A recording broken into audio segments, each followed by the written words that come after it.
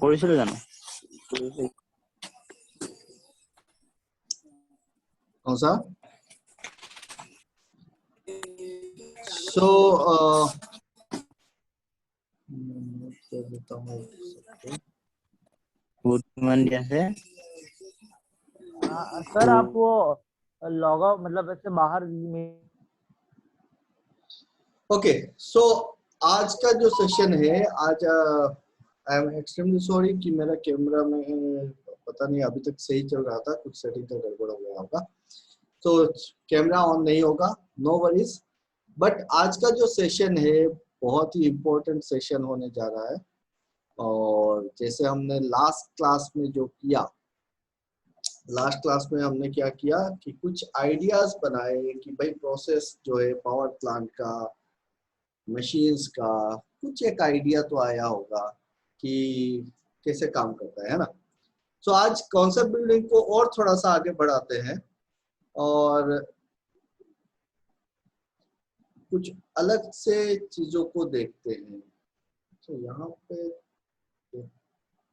Okay, got the error, sorry camera मेरा on, just हाँ आ गए, ठीक है। चलो, तो मैं ये कह रहा था कि लास्ट क्लास जो था हमारा कॉन्सेप्ट बिल्डिंग का, उसमें हमने देखा था कि पावर प्लांट कैसे काम करता है, जनरेशन कैसे होता है, और हमने ये देखा था कि किस तरीके से क्या क्या चीजें चाहिए हमको एक जनरेटर बनाने के लिए, मैग्नेटिक फील्ड, इलेक्ट्रिक फील्ड, बाकी सारा चीज ये सब है ना। सो आज कॉन्सेप्ट बिल्डिंग का एक और थोड़ा एडवांस स्टेप में जाएंगे और इसमें सबको पेन एंड पेपर के साथ बैठना है। अगर किसी के पास पेन एंड पेपर नहीं है तो पेन एंड पेपर लेके आ जाओ। 1 मिनट का टाइम है, अपने पास पेन और पेपर चाहिए ही चाहिए आज, है ना। मैं कुछ टास्क दूंगा, उसी टास्क के साथ आप लोगों को भी करना है, मेरे साथ ही करना है, और फिर देखते हैं कि कौन कैसे करता है। चलो मैं शुरू करता हूँ, स्लाइड शेयर करूंगा।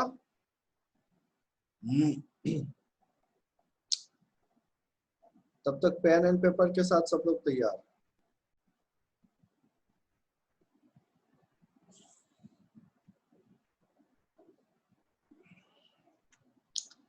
आज कुछ इलेक्ट्रिकल बेसिक्स में और थोड़ा कुछ देखेंगे और वायरिंग कॉन्सेप्ट को भी समझ लेंगे आज, ठीक है।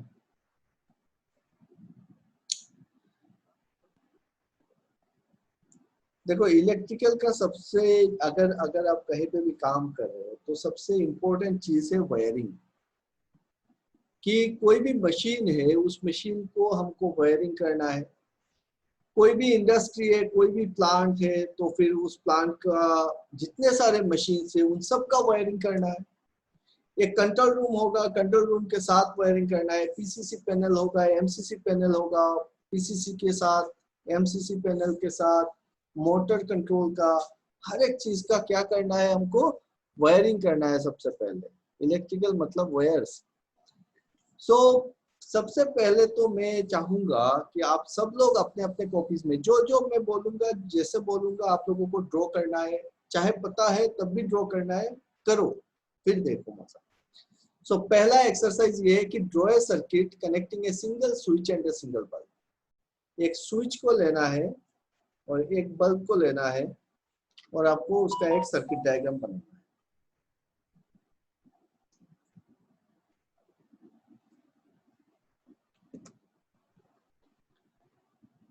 सब लोग सर्किट डायग्राम बनाएंगे और व्हाट्सएप में भेज दो, क्योंकि यहाँ पे जूम में तो आप लोग भेज नहीं सकते हो, मैं व्हाट्सएप पे ही दे दूंगा।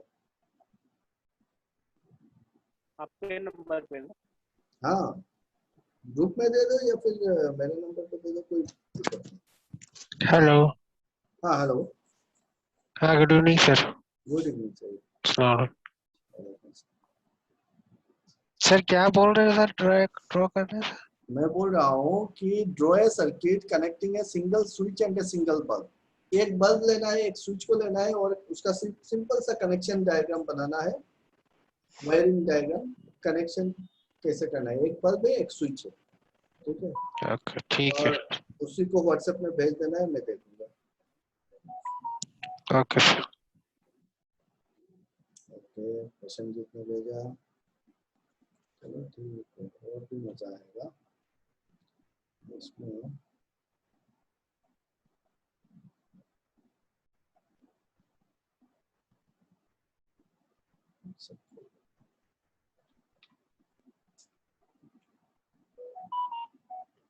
हम्म।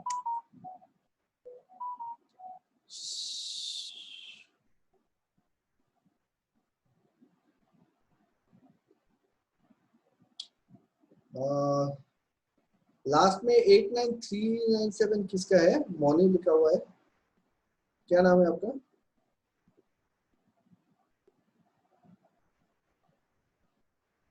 या it's for electrical. Sir Moniram. Moniram. So Moniram, Yes, आपका sir. स्विच लग गया, बल्ब लग गया, लेकिन यार सोर्स कहाँ पे है? जलेगा कैसे सर बल्ब? सर लोड को लगाने के लिए भूल गया सर इसको। से कनेक्शन एक मिनट सर।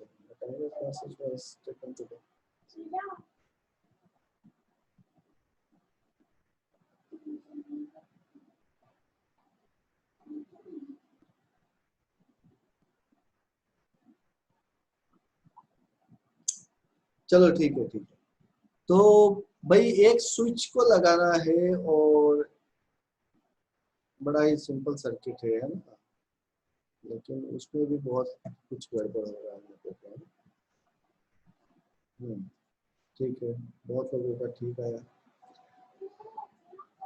अच्छा, ये जो अभी आप लोग जो सर्किट बना के दिए, इस पर्टिकुलर सर्किट को, इस टाइप के डायग्राम को क्या डायग्राम बोलते हैं बताओ? ये किस टाइप का नहीं, सर्किट डायग्राम ठीक है, सारे ही सर्किट डायग्राम है ना। Single line diagram, single line, single line. अब आएगा मजा, है ना, कि भाई डायग्राम तो बनाए, सबने बनाया, ये जो डायग्राम बनाया उसको क्या टाइप का डायग्राम बोलेंगे? सिंगल लाइन, तो ये तो सिंगल फेज का है, तो सिंगल लाइन ही बनेगा। 3 लाइंस कहाँ से आएंगे? Wire diagram. Wire diagram. अच्छा, और कुछ? Sir schematic diagram. Yes, this is just a schematic diagram. ये जो हमने अभी जो ड्राइंग किया, या फिर हम लोग जो स्कूल में, कॉलेज में आज तक पढ़ते आए हैं, जब हम लोग इस तरीके से एक स्विच लगा देते हैं, एक बल्ब लगा दिए और एक बैटरी लगा दिए, या फिर कोई एक सोर्स लगा दिए, तो ये this is simply a schematic diagram. इस डायग्राम से मुझको ये तो पता चल रहा है, चलो सर्किट क्या कहना चाहता है, इस सर्किट का फंक्शन क्या है वो पता चलता है। बट इस डायग्राम से मुझको कोई इंफॉर्मेशन नहीं मिल रहा है कि भाई मेरा जो ये वायर्स है वो कहाँ से कहाँ पे गया है, कौन सा वायर कहाँ पे लगा है, कौन से पैनल में लगा है, कोई इंफॉर्मेशन इस डायग्राम में इस टाइप से नहीं मिलता है, है ना। सो कौन सा डायग्राम बोलते हैं? एक और बार रिपीट करेंगे स्पेल के साथ? S schematic diagram, schematic diagram. Schematic diagram. तो स्कीमेटिक डायग्राम का दिक्कत क्या है? दिक्कत नहीं है। स्कीमेटिक डायग्राम हम क्यों यूज करते हैं? स्कीमेटिक डायग्राम यूज करते हैं ताकि हम ग्राफिकली या फिर ड्राइंग के सहारे अपना जो भी फंक्शनिंग है वो फंक्शनिंग को एक्सप्रेस कर दे। अब दिमाग में ये आता है फिर और क्या क्या टाइप के डायग्राम हो सकते हैं फिर, है ना, इंपॉर्टेंट डायग्राम जो इलेक्ट्रिकल में यूज होते होंगे, और क्या क्या है। तो डिफरेंट टाइप्स ऑफ ड्राइंग्स और डायग्राम अगर देखोगे इलेक्ट्रिकल में जो हम लोग हर रोज यूज करते हैं, नंबर 1 हो गया स्कीमेटिक ड्राइंग, जो हमने हमेशा से पढ़ते आए हैं स्कूल में, कॉलेज में।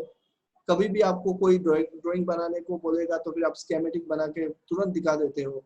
लेकिन इससे क्या है, इससे आपको एक्चुअल वायरिंग नहीं पता चलता है, तो उसके लिए चाहिए आपको वायरिंग डायग्राम।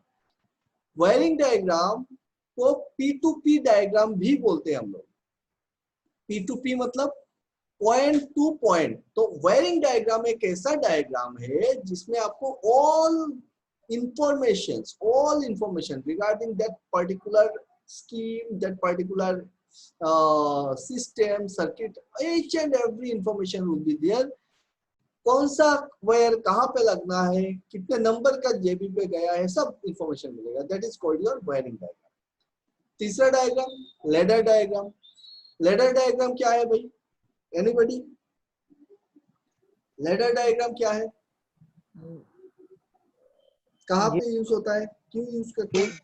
पीएलसी को प्रोग्राम PLC में। पता था मुझको, इसीलिए मैंने पूछा। जी नहीं, लेडर डायग्राम जो हम इलेक्ट्रिकल में बोल रहे हैं वो लेडर डायग्राम और लेडर लॉजिक डायग्राम में अंतर है। लेडर लॉजिक जो हम बोलते हैं पीएलसी का प्रोग्रामिंग लैंग्वेज है, और यहाँ पे जब हम लेडर डायग्राम बोल रहे हैं ये एक इलेक्ट्रिकल ड्राइंग है, लेडर ड्राइंग। और इसी लेडर डायग्राम के ऊपर बेस करके हमने अपना जो पीएलसी का लेडर लॉजिक है उसको डेवलप किया। लेडर डायग्राम इलेक्ट्रिकल में यूज होता है जब आप लॉजिकल पूरा का पूरा सर्किट का इंटरलॉक्स वगैरह हर एक चीज दिखाना चाहते हो, फंक्शनिंग दिखाना चाहते हो कंप्लीटली, तब हम लेडर डायग्राम यूज करते हैं। अब बताओ लास्ट बच गया सिंगल लाइन डायग्राम। ये सिंगल लाइन डायग्राम क्या है,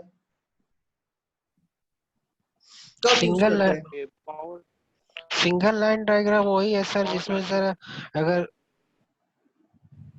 हमारे पास फेस है, 3 फेस है, तो उसको एक लाइन खींच करके तीनों फेस को हम लोग क्रॉस करके दिखाते हैं। Yes, exactly. Single line diagram is the representation of a balanced three-phase system. Balanced three-phase system. क्योंकि balanced three-phase है तो फिर तीनों फेज में सेम करंट सेम वोल्टेज ही पकड़ रहे हैं। तो अगर बैलेंस थ्री फेज है तो उस थ्री फेज सिस्टम को हम एक ही लाइन से ड्राइंग बना के दिखा सकते हैं। 3-3 लाइन ड्रॉ करने की जरूरत नहीं है। एक फेज में जो होगा बाकी दोनों फेज में भी एक ही चीज होगा, तो उसको हम बोलते हैं सिंगल लाइन डायग्राम। अब थोड़ा और डिटेल्स में पढ़ेंगे, और इसमें से जो हम सबसे ज्यादा इम्पोर्टेंट या फिर जिसको इन एंड आउट जानना है आपको, वो है आपका वायरिंग डायग्राम। तो schematic drawing, wiring diagram, ladder diagram, single line diagram. अब ये चीज हो गए आपके इलेक्ट्रिकल का एकदम बेसिक चीज।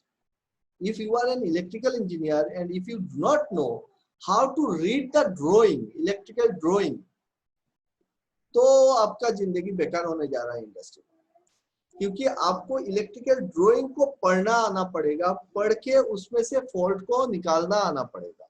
क्योंकि अगर आप ड्राइंग को अच्छे से पढ़ सकते हो तो आपके लिए फॉल्ट फाइंडिंग बड़ा आसान हो जाएगा। कुछ लोगों का क्या है कि कुछ लोग पैनल में काम कर सकते हैं बहुत इजीली, कुछ लोग ड्राइंग पढ़ लेते हैं, लेकिन ड्राइंग के साथ जब पैनल को मैच करने जाते हैं तब वहां पे आता है दिक्कत। क्योंकि ड्राइंग में तो चलो ठीक है, वो लॉजिकल है, ऐसा ऐसा आ रहा है, ऐसे ऐसे वो समझ में आ गया। पैनल में जब जाओगे तो देखोगे यार यहाँ पे तो एक लाइन थोड़े ना आ रहा है, हजारों वायर्स आए हैं, हजारों केबल्स आए हैं। अब कौन सा केबल कहाँ पे जाके घुस गया कैसे पता चले? तो चलो देखते हैं, हम आगे धीरे धीरे सारा चीज समझेंगे। पहला है स्कीमेटिक ड्राइंग, जो हम बनाते आए हैं इस टाइप से। एक स्विच बना दिए, एक क्या कहते हैं लाइट लगा दिए या फिर सिंबल लगा दिए, तो दोनों ही स्कीमेटिक ड्राइंग है।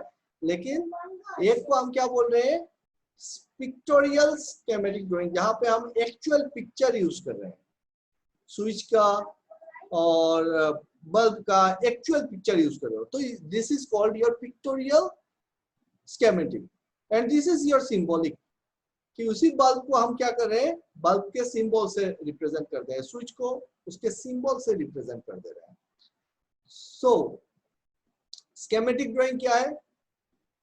It is a simply to represent the function or process of a system we use schematic diagram. It has nothing to do with your actual positioning or actual wiring of the circuit. Actual wiring कैसे होगा, कहाँ से होगा, उससे कोई मतलब नहीं है। चलो समझ गए भाई। Next, wiring diagram. Wiring diagrams give the information about how the wires or components are actually connected as well as their physical locations. मतलब ये जो हमारा पास हमारा जो वायरिंग डायग्राम है, यहाँ से मेरे को पता चल रहा है, यहाँ पे मैं क्या करूंगा, इसको मैं लाइन डिनोट कर दूंगा, इसको डॉक्यूमेंटेशन करेंगे हम लोग। वायरिंग डॉक्यूमेंटेशन भी बाद में सीखेंगे कि यहाँ पे न्यूट्रल लिख दिए। अब वायरिंग की नंबर देना पड़ेगा, या इसको 1 मतलब लाइन को 1, न्यूट्रल को 2, ये एक स्टैंडर्ड कॉमन है, ठीक है। इन जनरल बहुत इजीली रिप्रेजेंट कर सकते हो। 1 दे दिए लाइन को, 2 दे दिए न्यूट्रल को। अब क्या है, यहाँ पे जहां जहां पे आपका वायर निकल रहा है उसको हम लोग नंबरिंग करते जाएंगे। जैसे यहाँ पे 3 लिख दिए। सो अगर इस पॉइंट को, सॉरी थोड़ा सा नोट करने में थोड़ा दिक्कत हो गया। 1 दे दिए लाइन को और 2 दे दिए न्यूट्रल को।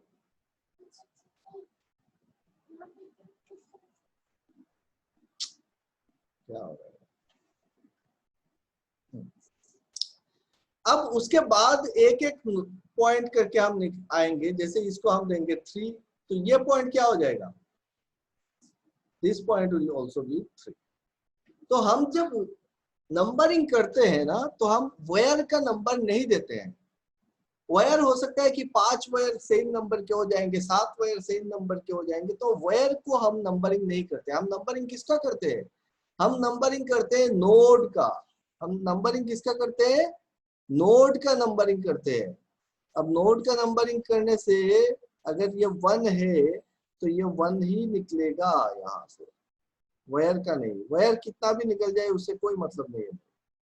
तो यहाँ पे देखो ये 1 नंबर आया, यहाँ से जो लाइन निकला, अब मैं इसको 3 दे सकता हूँ। यहाँ पे 3 फ्यूज में लग गया, फ्यूज से जो निकला 3 आके घुसा, 4 बन के निकल गया। ये 4th नोड है, तो 4th नोड आके स्टॉप में लगा, ये 4th। फिर स्टॉप से जो निकलेगा, this node is your 5th node, तो यहाँ पे 5वां नोड दे दिए, यहाँ पे 6ठा नोड दे दिए। अब if this is 6 then this is also 6, then this is also 6। ये अगर 6 है ये पॉइंट, तो ये पॉइंट क्या होगा, ये भी 6 हो जाएगा, ये भी 6 हो जाएगा, है ना। यहाँ पे आके लगा है, ये भी 6 हो जाएगा।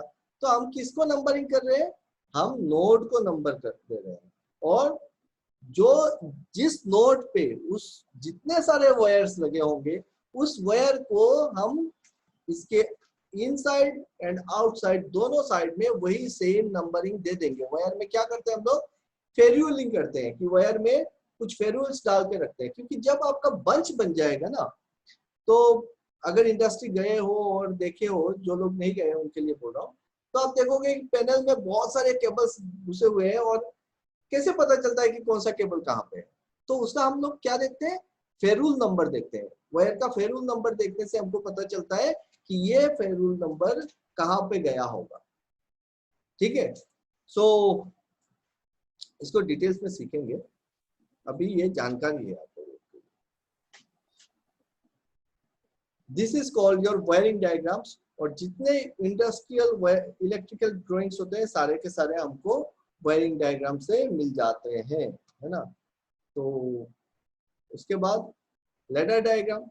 So ladder diagram represents the logical flow of an electric circuit. Logical flow मतलब ये होगा तो वो होगा, वो होगा तो ये होगा, वो सारे लॉजिक्स इसी में के थ्रू हम दिखाते हैं, लेडर लॉजिक। और ये जो लेडर डायग्राम है ये पहले यूज करते थे, मतलब पहले अभी भी यूज करते हैं। पीएलसी आने से पहले हम लोग लेडर डायग्राम ही यूज करते थे। तो लेडर डायग्राम में देखो यहाँ पे लॉजिकल ही है, जैसे हमारा पीएलसी में होता है उसी तरीके से यहाँ पे एक 2 वर्टिकल लाइन देते हैं, one is your line, another one is your neutral, similar like your this programming language ladder logic। But ladder logic का जो सिंबल है वो अलग है। ladder logic में कैसे यूज करते हैं हम लोग, NC है तो फिर इस तरीके से लिखेंगे, है ना, NO है तो ऐसे लिखेंगे, कोयल है तो ऐसे देंगे। लेकिन ये इलेक्ट्रिकल ड्राइंग है और ये इलेक्ट्रिकल ड्राइंग क्या रिप्रेजेंट कर रहा है, सेम लॉजिकल रिप्रेजेंटेशन ही कर रहा है। समझ में आया। तो difference between your ladder diagram and your P2P diagram. P2P diagram कौन सा, P2P डायग्राम मतलब आपका वायरिंग डायग्राम, है ना। So ladder logic is not a physical representation. Ladder logic is not a physical representation but a logical representation of a wired system. यहाँ पे भी आपको पूरा का पूरा सेम टू सेम जैसे वायरिंग डायग्राम में करते हैं ना, वैसे ही यहाँ पे भी हमारा नंबरिंग रहेगा 1 2। कुछ लोग ऐसे भी देते हैं, इसको 1 दे दिए, साइमल्टेनियसली सेकंड नोड को 2 देंगे, या फिर ये अगर 1 नोड 1 है तो फिर ये भी 1 ही होगा, ये 2 होगा तो ये 2 होगा, 3 होगा, ऐसे भी देते हैं। बट इसमें क्या है कि कंफ्यूजन बढ़ता है। सो आसान है जब आप बहुत सारे रंग बना रहे हो, तो सिंपल तरीका ये है कि आप लाइन को 1 एंड न्यूट्रल को 2 दे दो। जहां जहां 2 मिलेगा आपको पता है कि वो तो न्यूट्रल है मेरा, जहां जहां पे 1 मिलेगा उसको आपको पता है कि वो तो लाइन है मेरा, है ना। सो लाइन 1 न्यूट्रल 2 दे दिया, और बीच का जितना सारा है वो हम नोड वाइज नंबरिंग करते जाएंगे। तो यहाँ पे भी नोड नंबर मिल रहा है, लेकिन ये एक्चुअली किसके साथ कौन सा लगेगा वो नहीं बताएगा आपको। इसीलिए लैडर लॉजिक जो है वो लॉजिकल, लैडर डायग्राम जो है वो लॉजिकल रिप्रेजेंटेशन है rather than your actual wiring, ठीक है। सो पॉइंट टू पॉइंट या वायरिंग डायग्राम जिसको हम पहले देखे, वो क्या देता है हमको, actual wiring of A electrical system वो रिप्रेजेंट करता है। और आई होप क्लियर हो गया। Fourth one is your nothing but क्या था,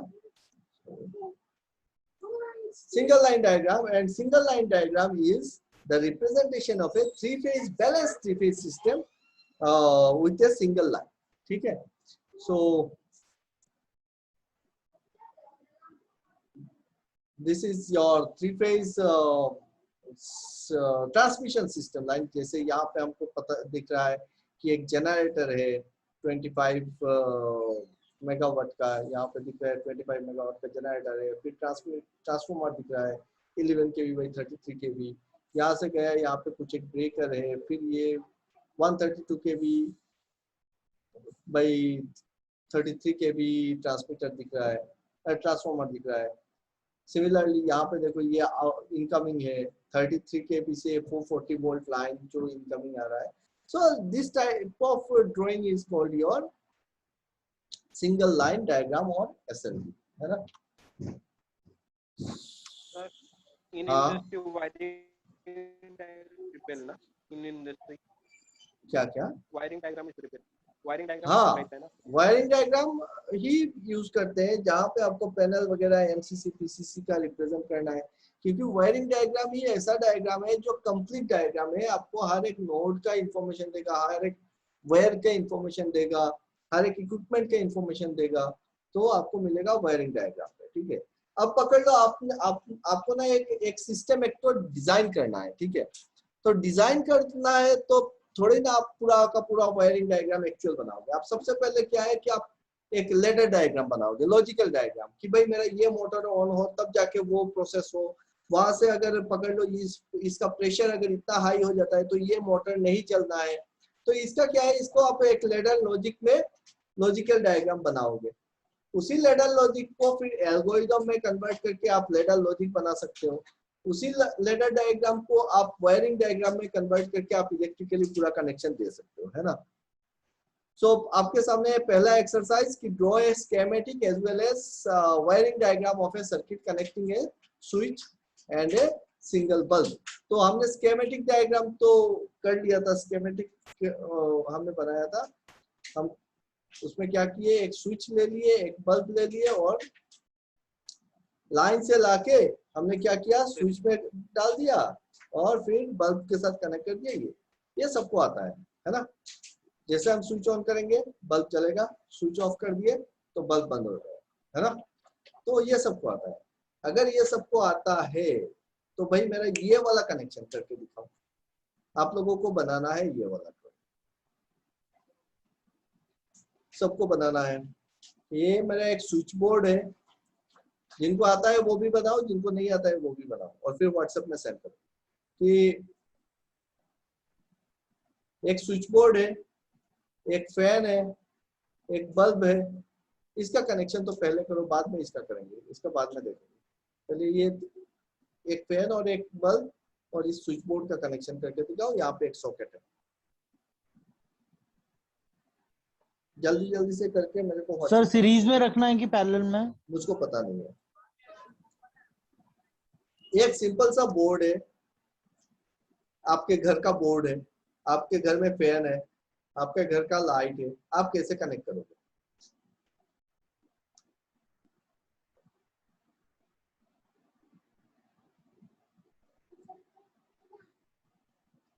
सब लोग करेंगे और मुझको व्हाट्सएप करेंगे फोटो खींच के।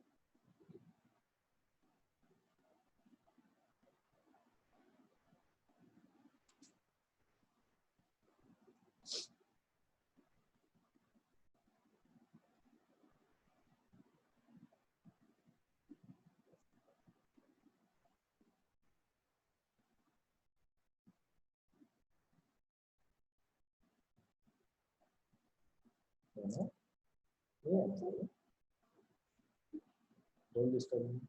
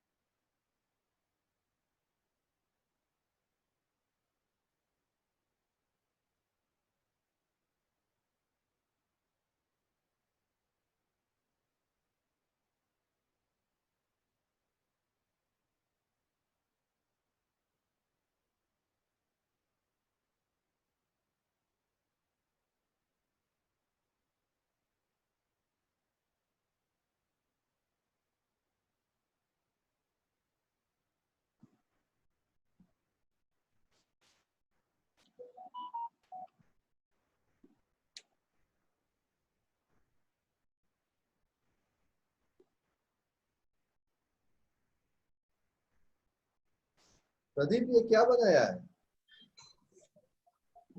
सर वायरिंग डायग्राम ही बनाया मतलब।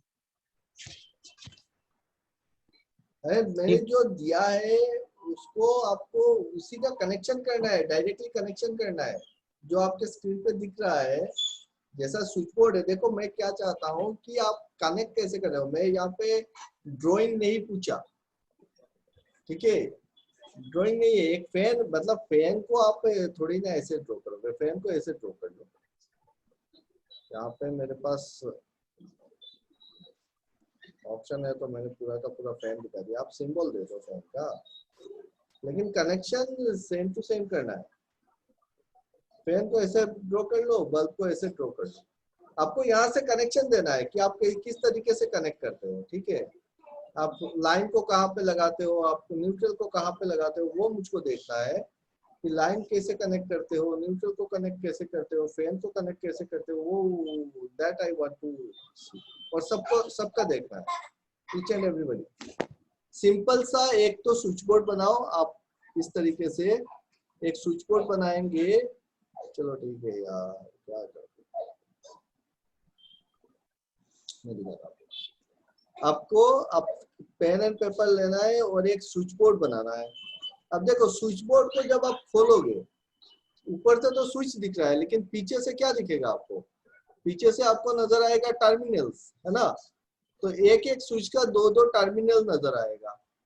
एक एक स्विच का दो दो टर्मिनल नजर आएगा। वो तो सबने देखा होगा। अब सॉकेट को अगर उल्टा करके खोलेंगे तो इसमें हमको 5 पॉइंट नजर आएंगे, है ना? एक मोटा वाला ऊपर में, दो थोड़ा नजदीक नजदीक और दो थोड़े दूर दूर। और सॉकेट के बगल में हमको फिर एक स्विच लगाना है। तो ये होता है अपना जो स्विच बोर्ड है। अब क्या कर रहे हो आप घर पे मेन स्विच से या फिर एमसीबी से 2 तार लेके आते हो, एक फेज और एक न्यूट्रल। सो एक फेज को लाना है और एक न्यूट्रल को, मतलब एक लाइन और एक न्यूट्रल बोल सकते हो, इसको लाना है। अब मुझको ये देखना है कि आप कनेक्शन कैसे करते हो, लाइन को कहाँ पे लगाते हो, न्यूट्रल को कहाँ पे लगाते हो। ये रहा आपका एक बल्ब और ये रहा आपका एक फैन। अब फैन से 2 तार निकलेगा, वो 2 तार आके कहाँ पे जुड़ेगा ताकि स्विच को ऑन करने से फैन चले।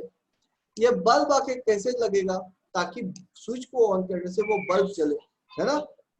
फिर ये सॉकेट का कनेक्शन आप कैसे करोगे, ताकि सॉकेट का कनेक्शन कैसे करोगे ताकि आप अपना मोबाइल को चार्ज भी तो करना है, नहीं तो चार्ज अभी खत्म हो जाएगा मोबाइल का, है ना।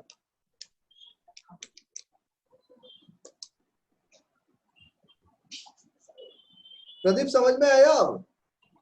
हाँ सर, आपको हाँ। एक्चुअल वायरिंग देखनी है, ये जो यस आपने जैसा है वैसा ही देखना है मेरे को। हाँ, आपने वो P2P डायग्राम नहीं चाहिए था। नहीं मैंने P2P नहीं बोला है। पर सर ये जो P2P मैंने बना के भेजा था, ये सही था या गलत था? चेक करता हूँ। ये नहीं, ये P2P नहीं हुआ, इसमें थोड़ा सा और बाकी है।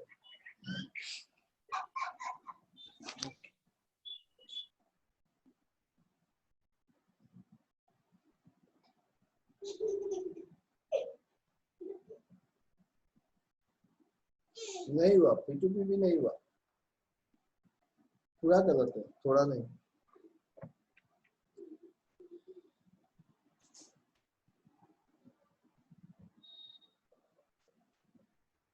सर मेरा हुआ कि नहीं, देखो तो व्हाट्सएप में भेज रहा हूँ। वालम का काम है, क्यों करो या Shubham Chaudhary, that's the fact, यही मैं सुनना चाहता था सर। ये तो आईटीआई वालों का काम है, हम इंजीनियर क्यों करें, वही मैं चाहता था कि आप लोग बोलो। एक आईटीआई वाला क्या काम करता है, उससे अगर एक इंजीनियर को मतलब ना हो ना तो हो गया। आप इंजीनियरिंग कर सकते हैं, आप इंजीनियर तभी बनेंगे जब आपको आईटीआई वाला क्या कर रहा है वो चीज आपको पता होगा। जब तक आपको आईटीआई का काम नहीं आएगा ना, तब तक आप इंडस्ट्री में काम ही नहीं कर पाओगे। दूसरा चीज, जब तक आपका ये जो बेसिक लेवल का वायरिंग सेक्शन है, वायरिंग ड्राइंग पढ़ना है, नहीं पढ़ोगे तब तक फॉल्ट फाइंडिंग कैसे करोगे। यही सारी चीजें हैं जहां पे आपको मार्क पड़ेगी। कहाँ पे आप, हो सकता है आप रिटन क्लियर कर लो, आप इंटरव्यू में फंसोगे, इंटरव्यू में फंसोगे। Raunak please no shouting, okay, otherwise get out. Sir एक मैं भेजा हूँ, थोड़ा देख के बताए ना। मैं बता रहा हूँ, पहले मैं शुभम का जवाब दे दूं, क्योंकि शुभम ये बहुत ही बड़ा एक गड्ढा है जो हमारे दिमाग में बैठा हुआ है कि हम इंजीनियर है तो आईटीआई का क्या करना है। जब आईटीआई का काम ही हमको नहीं आएगा तो फिर हम उसको गाइड कैसे करेंगे। जितने मैंने अपनी करियर में ऐसे बहुत सारे केसेस देखे हैं, ठीक है। हम जब शुरुआत में हम जब इंडस्ट्री में गए तो हमको ये फेस करने को मिला, यार आईटीआई वाला है उसको तो सब कुछ आता है, कोई भी फॉल्ट होता है वो ठीक कर लेता है, हमको कुछ समझ में ही नहीं आता है। हमको वो समझ में नहीं आता है कि मल्टीमीटर को पकड़े तो पकड़े कैसे और लगाए तो लगाए कहाँ। अभी आप पकड़ लो, आप एग्जाम की तैयारी करोगे, एपीडीसीएल का एग्जाम है, आप एग्जाम दिए, आप इंटरव्यू में गए, प्रैक्टिकल सवाल पूछेगा, वहां पे रुक जाओगे। दूसरा चीज है कि पकड़ लो आपने इंटरव्यू क्लियर कर लिया, आप फील्ड में चले गए, फील्ड में जाने के बाद आप तो अफसर बन गए। अब खुदा ना खास्ता कि आपको गवर्नमेंट जॉब ना मिला और प्राइवेट में जाना पड़ा, तब क्या करोगे। वहां पे आपको खुद ही करना पड़ेगा, खुद से फॉल्ट फाइंडिंग करना पड़ेगा। बिना वायरिंग के कैसे कर सकते हो, ये तो सिंपल सा, ये तो स्टार्टिंग है, मैंने सिर्फ क्यों दिया। अगर ये नहीं कर पाओगे, आप मोटर का कनेक्शन कैसे करोगे, आप पीसीसी का कनेक्शन कैसे करोगे, आप एमसीसी का ड्राइंग कैसे करोगे, आप डिजाइन कैसे करोगे इलेक्ट्रिकल का। Nothing you can do without the knowledge of this.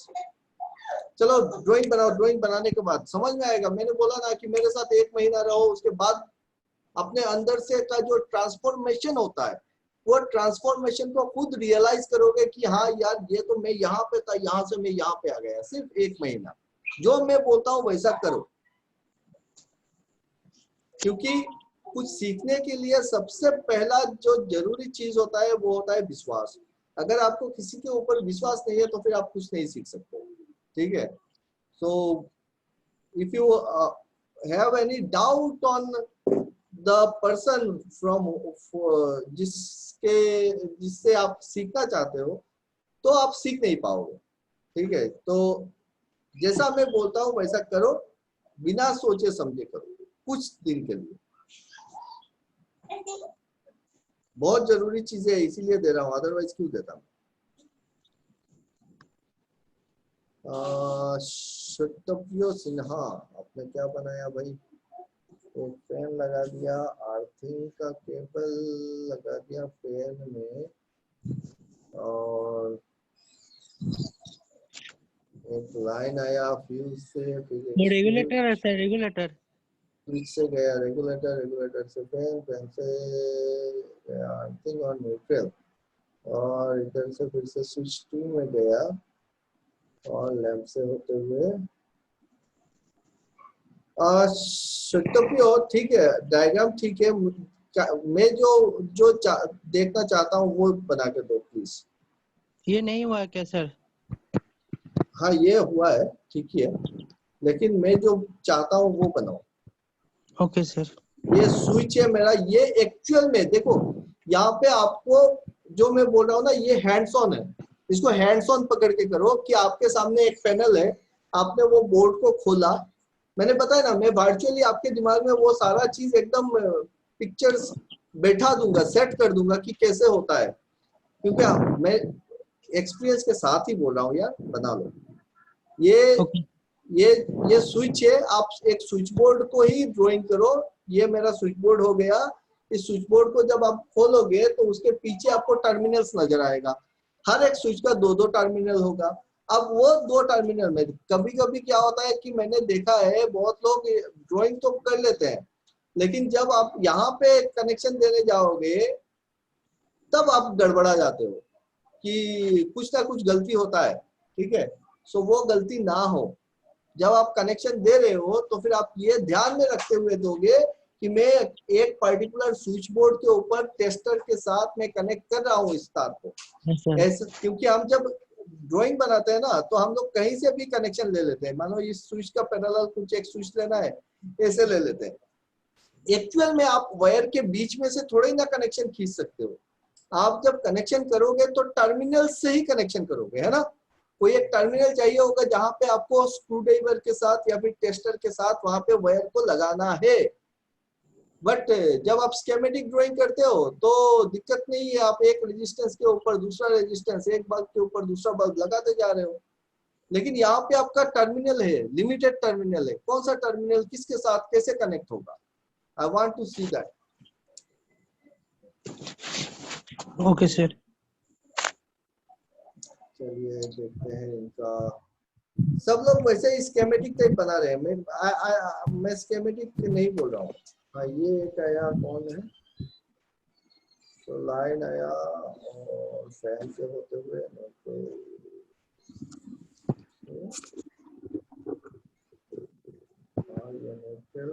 Sir. Yes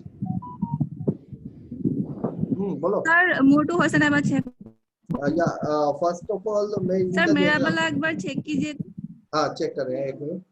22543 ये कौन है? Second one. लास्ट में 22543 है। क्या नाम है आपका? मेरा जूरी। जूरी का है क्या? 225 नहीं 543 की नाम 820 लास्ट में 8638153820। हाँ जूरी का मिल गया मुझको, एक मिनट जूरी में चेक कर रहा हूँ। आपका लाइन आया, आगे कुछ गया लाइन, वहाँ पे मैंने 2 भेजा है, सेकंड वाला ये रहा आपका। फैन से 2 तार निकला, हाँ दोनों तार का इधर से आया लाइन और ये लाइन चला गया इसमें, और जैसे स्विच ऑन किए फैन में गया, फैन से न्यूट्रल में, ठीक है। और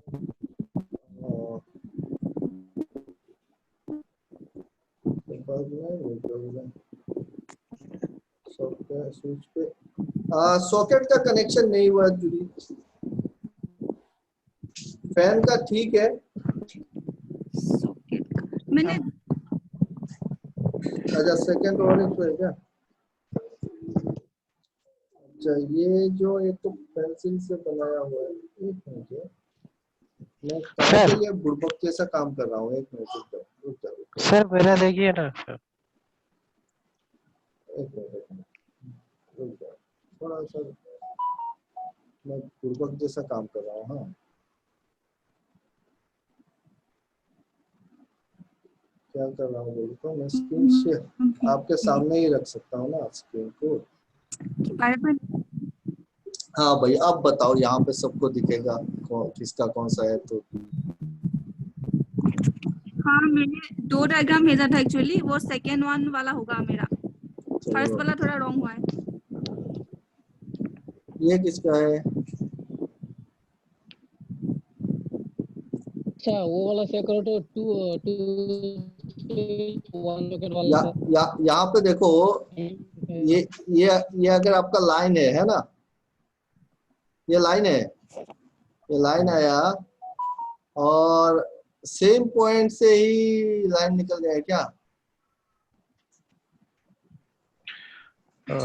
अगला पॉइंट से निकाले हो?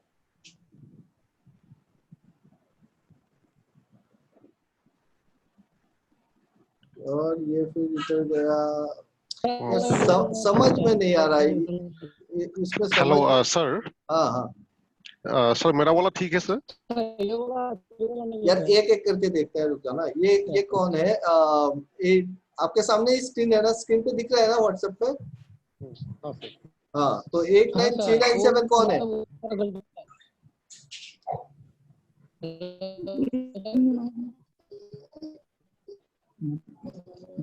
1997 सर।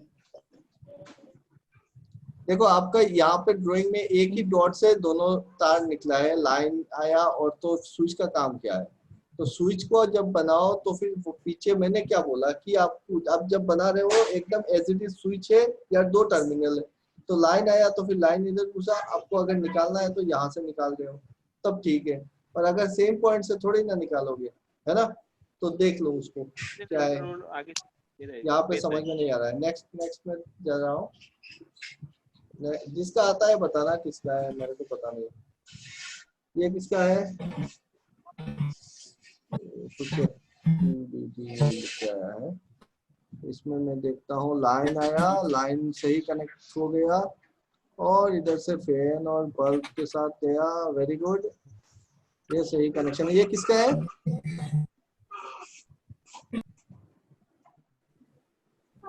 ये क्या नाम है आपका? ये ड्राइंग जिसने बनाया? बाबा अभी नहीं प्लीज, अभी नहीं पापा प्लीज।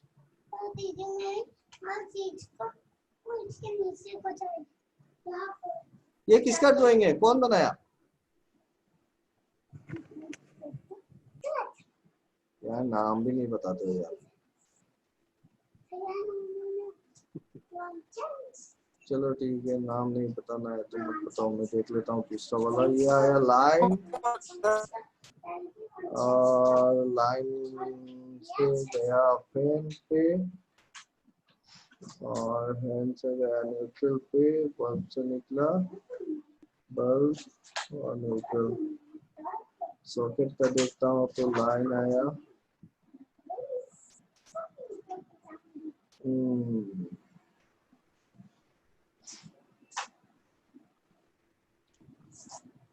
चलो ठीक है, कॉन्सेप्ट तो यहाँ पे भी दिख रहा है मेरे को।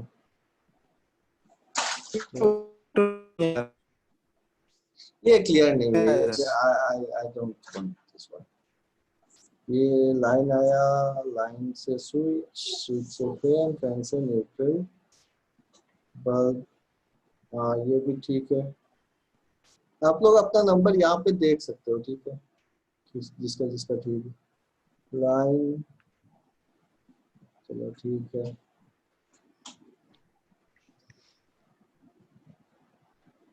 न्यूट्रल ठीक है। लाइन हाँ ठीक है।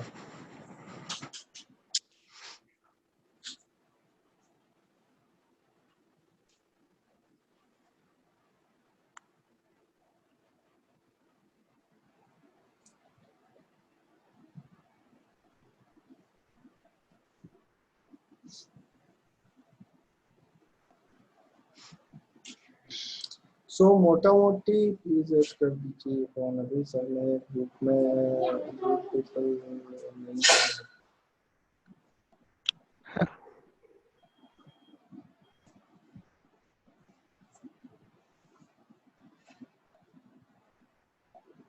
चलो ठीक है, मोटा मोटी बहुत लोगों का सही आया।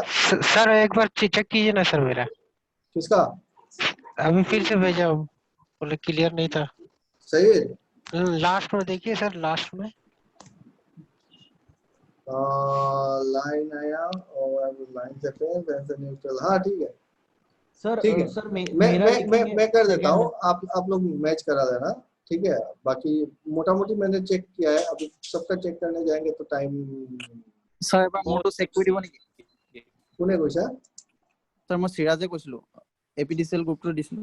এপিডিসিএল গ্ৰুপত সিৰাজ। হয়। এপিডিসিএল জুলাই বেচ।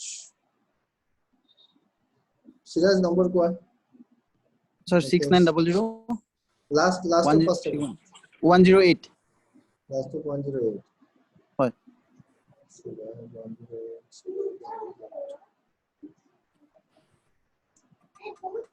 सर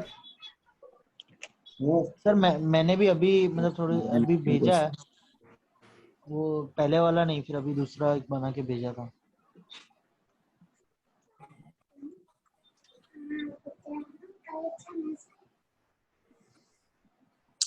देखो मैं क्यों दे रहा हूँ, क्योंकि हम जब एक्चुअली में एक स्विच को बनाएंगे और उस स्विच में कहाँ से आके कनेक्ट हो रहा है उस चीज को सोच के खुद पेन से बनाओगे ना, वो ज्यादा इफेक्टिव है रादर देन आपका हैंड्स ऑन आप लैब में आके यहाँ पे तार लेते हो, तार को काटते हो, लगाते हो। जब हम फील्ड में लैब में या फिर फील्ड में जब हम तार को लगाते हैं तो हमको पता नहीं चलता है एग्जैक्टली कि हम एग्जैक्ट क्या कर रहे हैं। लेकिन जब आप बैठ के पेन एंड पेपर से आप सोचते हो उस चीज को, उस चीज का इमेजिनेशन करते हो कि भाई मेरा एक बोर्ड है और यहाँ पे इतने सारे स्विचेस है, यहाँ से कनेक्शन आएगा तो यहाँ पे जब मैं लगाऊंगा तो कैसे लगाऊंगा इसको, वो ज्यादा बेनिफिशियल होता है। सिराज, चलो भाई सिराज का मिल गया, देखते हैं यह है आपका फेस। सर 543 रुक जाओ एक इसको देख लेता हूँ ना। सर আপুনি বিচাৰিছিলে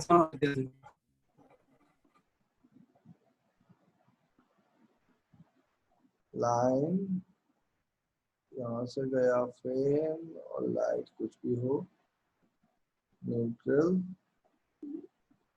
हाँ ठीक है सिराज, थैंक यू सर। ठीक है ठीक है। ये किसका है?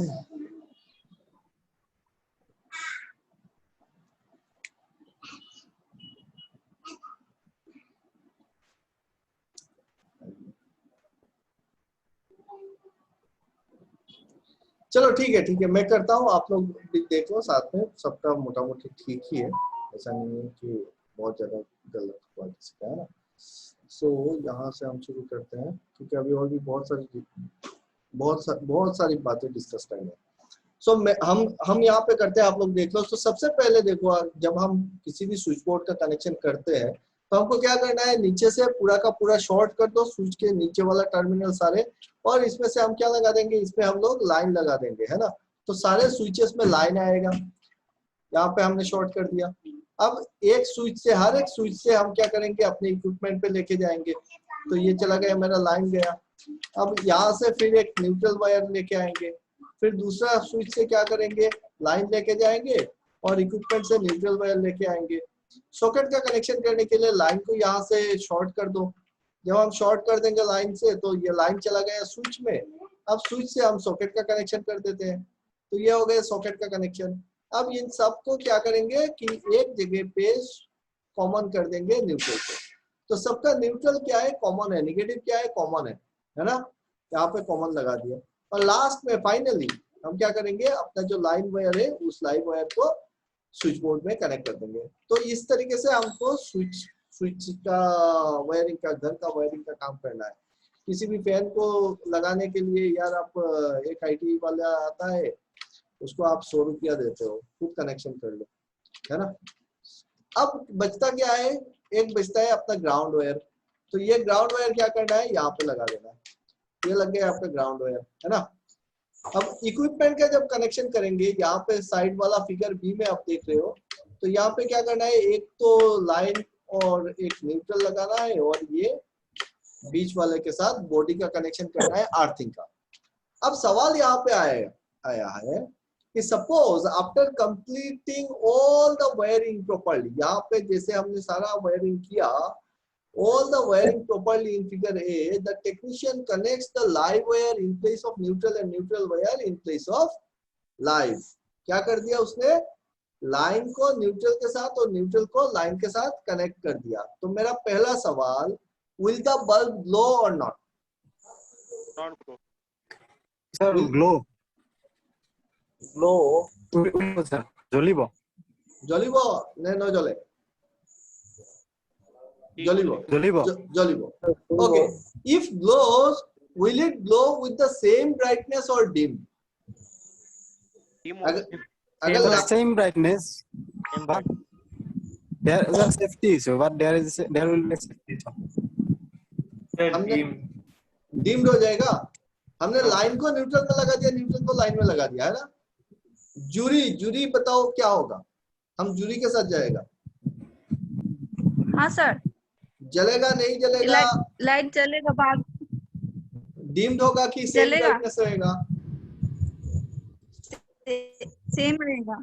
सेम रहेगा, एग्जैक्टली, क्योंकि ऐसी है तो फिर मतलब नहीं है ना। चलो ठीक है। अब बताओ कि फैन चलेगा कि नहीं चलेगा, विल द फैन रोटेट? अगर हम उल्टा करते हैं तो बिल्कुल चलेगा sir. Will the fan rotate और नॉट? चलेगा फैन चलेगा, रोटेट होगा। और उल्टा घूमेगा कि सीधा घूमेगा? उल्टा घूमेगा, सीधा घूमेगा, सीधा घुमेगा। एग्जैक्टली यार, दिस इज, कुछ लोग हैं जिनको लग रहा होगा कि यार इसको उल्टा करेंगे तो उल्टा घूमेगा, है ना। ऐसा नहीं है, क्योंकि ये दिस इज एसी, और एसी में आप फेज और न्यूट्रल को उल्टा कर दो, कोई दिक्कत नहीं है, क्योंकि ये बाई डायरेक्शनल है, इधर से जाए उधर से जाए, बात एक ही है, क्योंकि ये अपना रिवर्स करता रहेगा। फर्स्ट हाफ, एक हाफ के लिए अगर this is your line, then second half में उल्टा हो रहा है ना, सो इसमें ये दिक्कत नहीं आएगा आपको। फैन सर उल्टा चलने का डिपेंड करता है कंडेंसर पे ना सर? नहीं, अगर फैन का अगर उल्टा चलना है तो कंडेंसर में उल्टा वायरिंग करते हैं तो उसका वायरिंग उल्टा कर सकते हैं, ठीक है। कैपेसिटर या जिसको कंडेंसर भी बोलते हैं, ठीक है। So explain the major problems that the user may face। अगर हम उल्टा लगाते हैं, अगर मेरा फैन भी ओके चल रहा है, अगर मेरा बल्ब भी जल रहा है, तो मतलब ही नहीं यार लाइन और न्यूट्रल का क्या मतलब है? क्या कोई फॉल्ट आएगा, क्या कोई दिक्कत आएगी इस सिस्टम में अगर मैं उल्टा लगा दूं तो? सर फर्स्ट तो सेफ्टी इशू, क्या होगा वहाँ पे कंटिन्यूअसली वहाँ पे करंट मिला। एग्जैक्टली, डिवाइस में कंटीन्यूअस मतलब फेस पाई থাকিব, फेज पाई থাকিব, तो डिवाइस तो की कंटीन्यूअस চলি থাকিব নেকি? না নচলে, কিন্তু ডিভাইসত লাইনটো গৈ থাকিব, নিউট্ৰেলটো নাপালে নঘূৰিব, কিন্তু স্যার সেফটি ইস্যু হৈ থাকিব। Okay good. फेज तो डायरेक्टली पाई थी, न्यूट्रल और स्विच समझ गया, फेज तो डायरेक्टली पा जाएगी। तो क्या होगा अगर हम फेज को उल्टा कर देते हैं, तो फिर ये फेज का कनेक्शन डायरेक्ट हो जाएगा और करंट कंटिन्यूअसली आपके इक्विपमेंट पे रहेगा, चाहे स्विच ऑफ है चाहे स्विच ऑन है। स्विच ऑन होगा तो इक्विपमेंट चलेगा, स्विच ऑफ है तो इक्विपमेंट चलेगा नहीं, बट वहां पे क्या होगा, करंट रहेगा।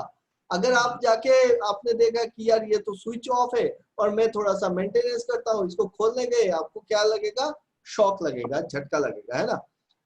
सो चलो एक बार इसी वायरिंग को करते हैं। देखो हमने क्या कर दिया, अभी लाइन वायर को कनेक्ट कर दिया और न्यूट्रल को यहाँ पे कॉमन कर दिया, है ना। तो यहाँ पे दिक्कत आ रही है। चलो ये दिक्कत तो हमको समझ में आ गया। अब देखो यहाँ पे अगर इक्विपमेंट अगर मैं चेंज कर देता हूँ, इक्विपमेंट का कनेक्शन अगर चेंज कर देता हूँ तो कुछ दिक्कत होगा।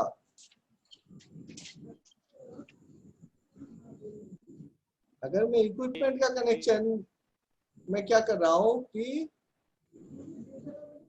ये देखो यहाँ पे क्या हो जाएगा, अगर इक्विपमेंट में आपका फेज और न्यूट्रल अगर उल्टा कर दो, यहाँ पे करने से नहीं है, लेकिन ये क्या है, अर्थिंग कनेक्शन है, या इसके साथ कर दिया तो क्या हो जाएगा, this is going to body directly. So body हो जाएगा, आपके बॉडी में करंट आएगा, है ना। Short connection. अब तीसरा केस पकड़ते हैं कि return wires connected to earthing. अगर मैं जो रिटर्न वायर है, ये रिटर्न वायर है, रिटर्न वायर को अगर मैं न्यूट्रल के साथ नहीं लगा के अर्थिंग के साथ लगा दूं तो क्या मेरा इक्विपमेंट चलेगा? चलेगा ना। तो भाई एक बात बताओ, प्रॉपर अर्थिंग होना चाहिए। क्या होना चाहिए? प्रॉपर अर्थिंग होना चाहिए, तब चलेगा। अच्छा, प्रॉपर अर्थिंग होना चाहिए, वेरी गुड। सो मेरे को एक बात बताओ, अगर अर्थिंग के साथ लगाने से मेरा इक्विपमेंट चलता है तो क्यों हम 2 वायर कनेक्शन करते हैं? सिंगल वायर ही लेके आ जाते हैं और सबके घर में एक एक अर्थिंग लगा देते हैं। सर इससे अर्थिंग से लूप कंप्लीट ही नहीं हो रहा, तो कैसे चलेगा? अर्थिंग से लूप कंप्लीट नहीं हो रहा है স্যার। হয় স্যার, ডিটিআর ট্রান্সফরমারটো আপনার यार, लूप आपका कंप्लीट हो रहा है। आप चाहे न्यूट्रल के साथ कनेक्ट करो, आप चाहे अर्थिंग के साथ कनेक्ट करो, है ना। लूप कैसे कनेक्ट नहीं हो रहा है? आपका यहाँ से आया करंट, करंट आया, स्विच को ऑन कर दो, करंट गया इक्विपमेंट में, इसके अंदर क्या होगा, एक कॉइल ही होगा। अब कॉइल के साथ करंट पास हुआ, ये करंट आ गया कहाँ पे, यहाँ पे आके क्या हो रहा है, अर्थिंग में जा रहा है, अर्थ में जा रहा है। अल्टीमेटली क्या है, earth is the sink, major sink, zero potential पे है, तो सारा का सारा करंट पी जाएगा, तो आपका सर्किट आपका क्लोज लूप बन गया, तो इक्विपमेंट चलेगा, उसमें डाउट नहीं है। मेरा सवाल ये है आपसे कि अगर ये चलता है तो न्यूट्रल वायर का क्या जरूरत है, क्यों देते हैं? नहीं देते न्यूट्रल वायर, सिर्फ एक ही वायर लेके आते, कॉस्ट इफेक्टिव हो जाता, मेरा कम होता ना कॉस्टिंग।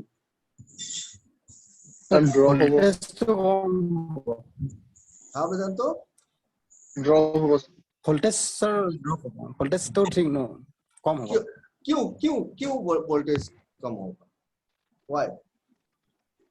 স্যার আমার সার্কিটটো আপোনাৰ ডাঙৰ হ'ব, প্ৰতিটো ঘৰতে যদি আপোনাৰ নিউট্ৰেলটো আৰ্ট কৰি থোৱা হয় তেনেহলে আপোনাৰ সার্কিটটো বহুত আমাৰ ডাঙৰ হ'ব ना।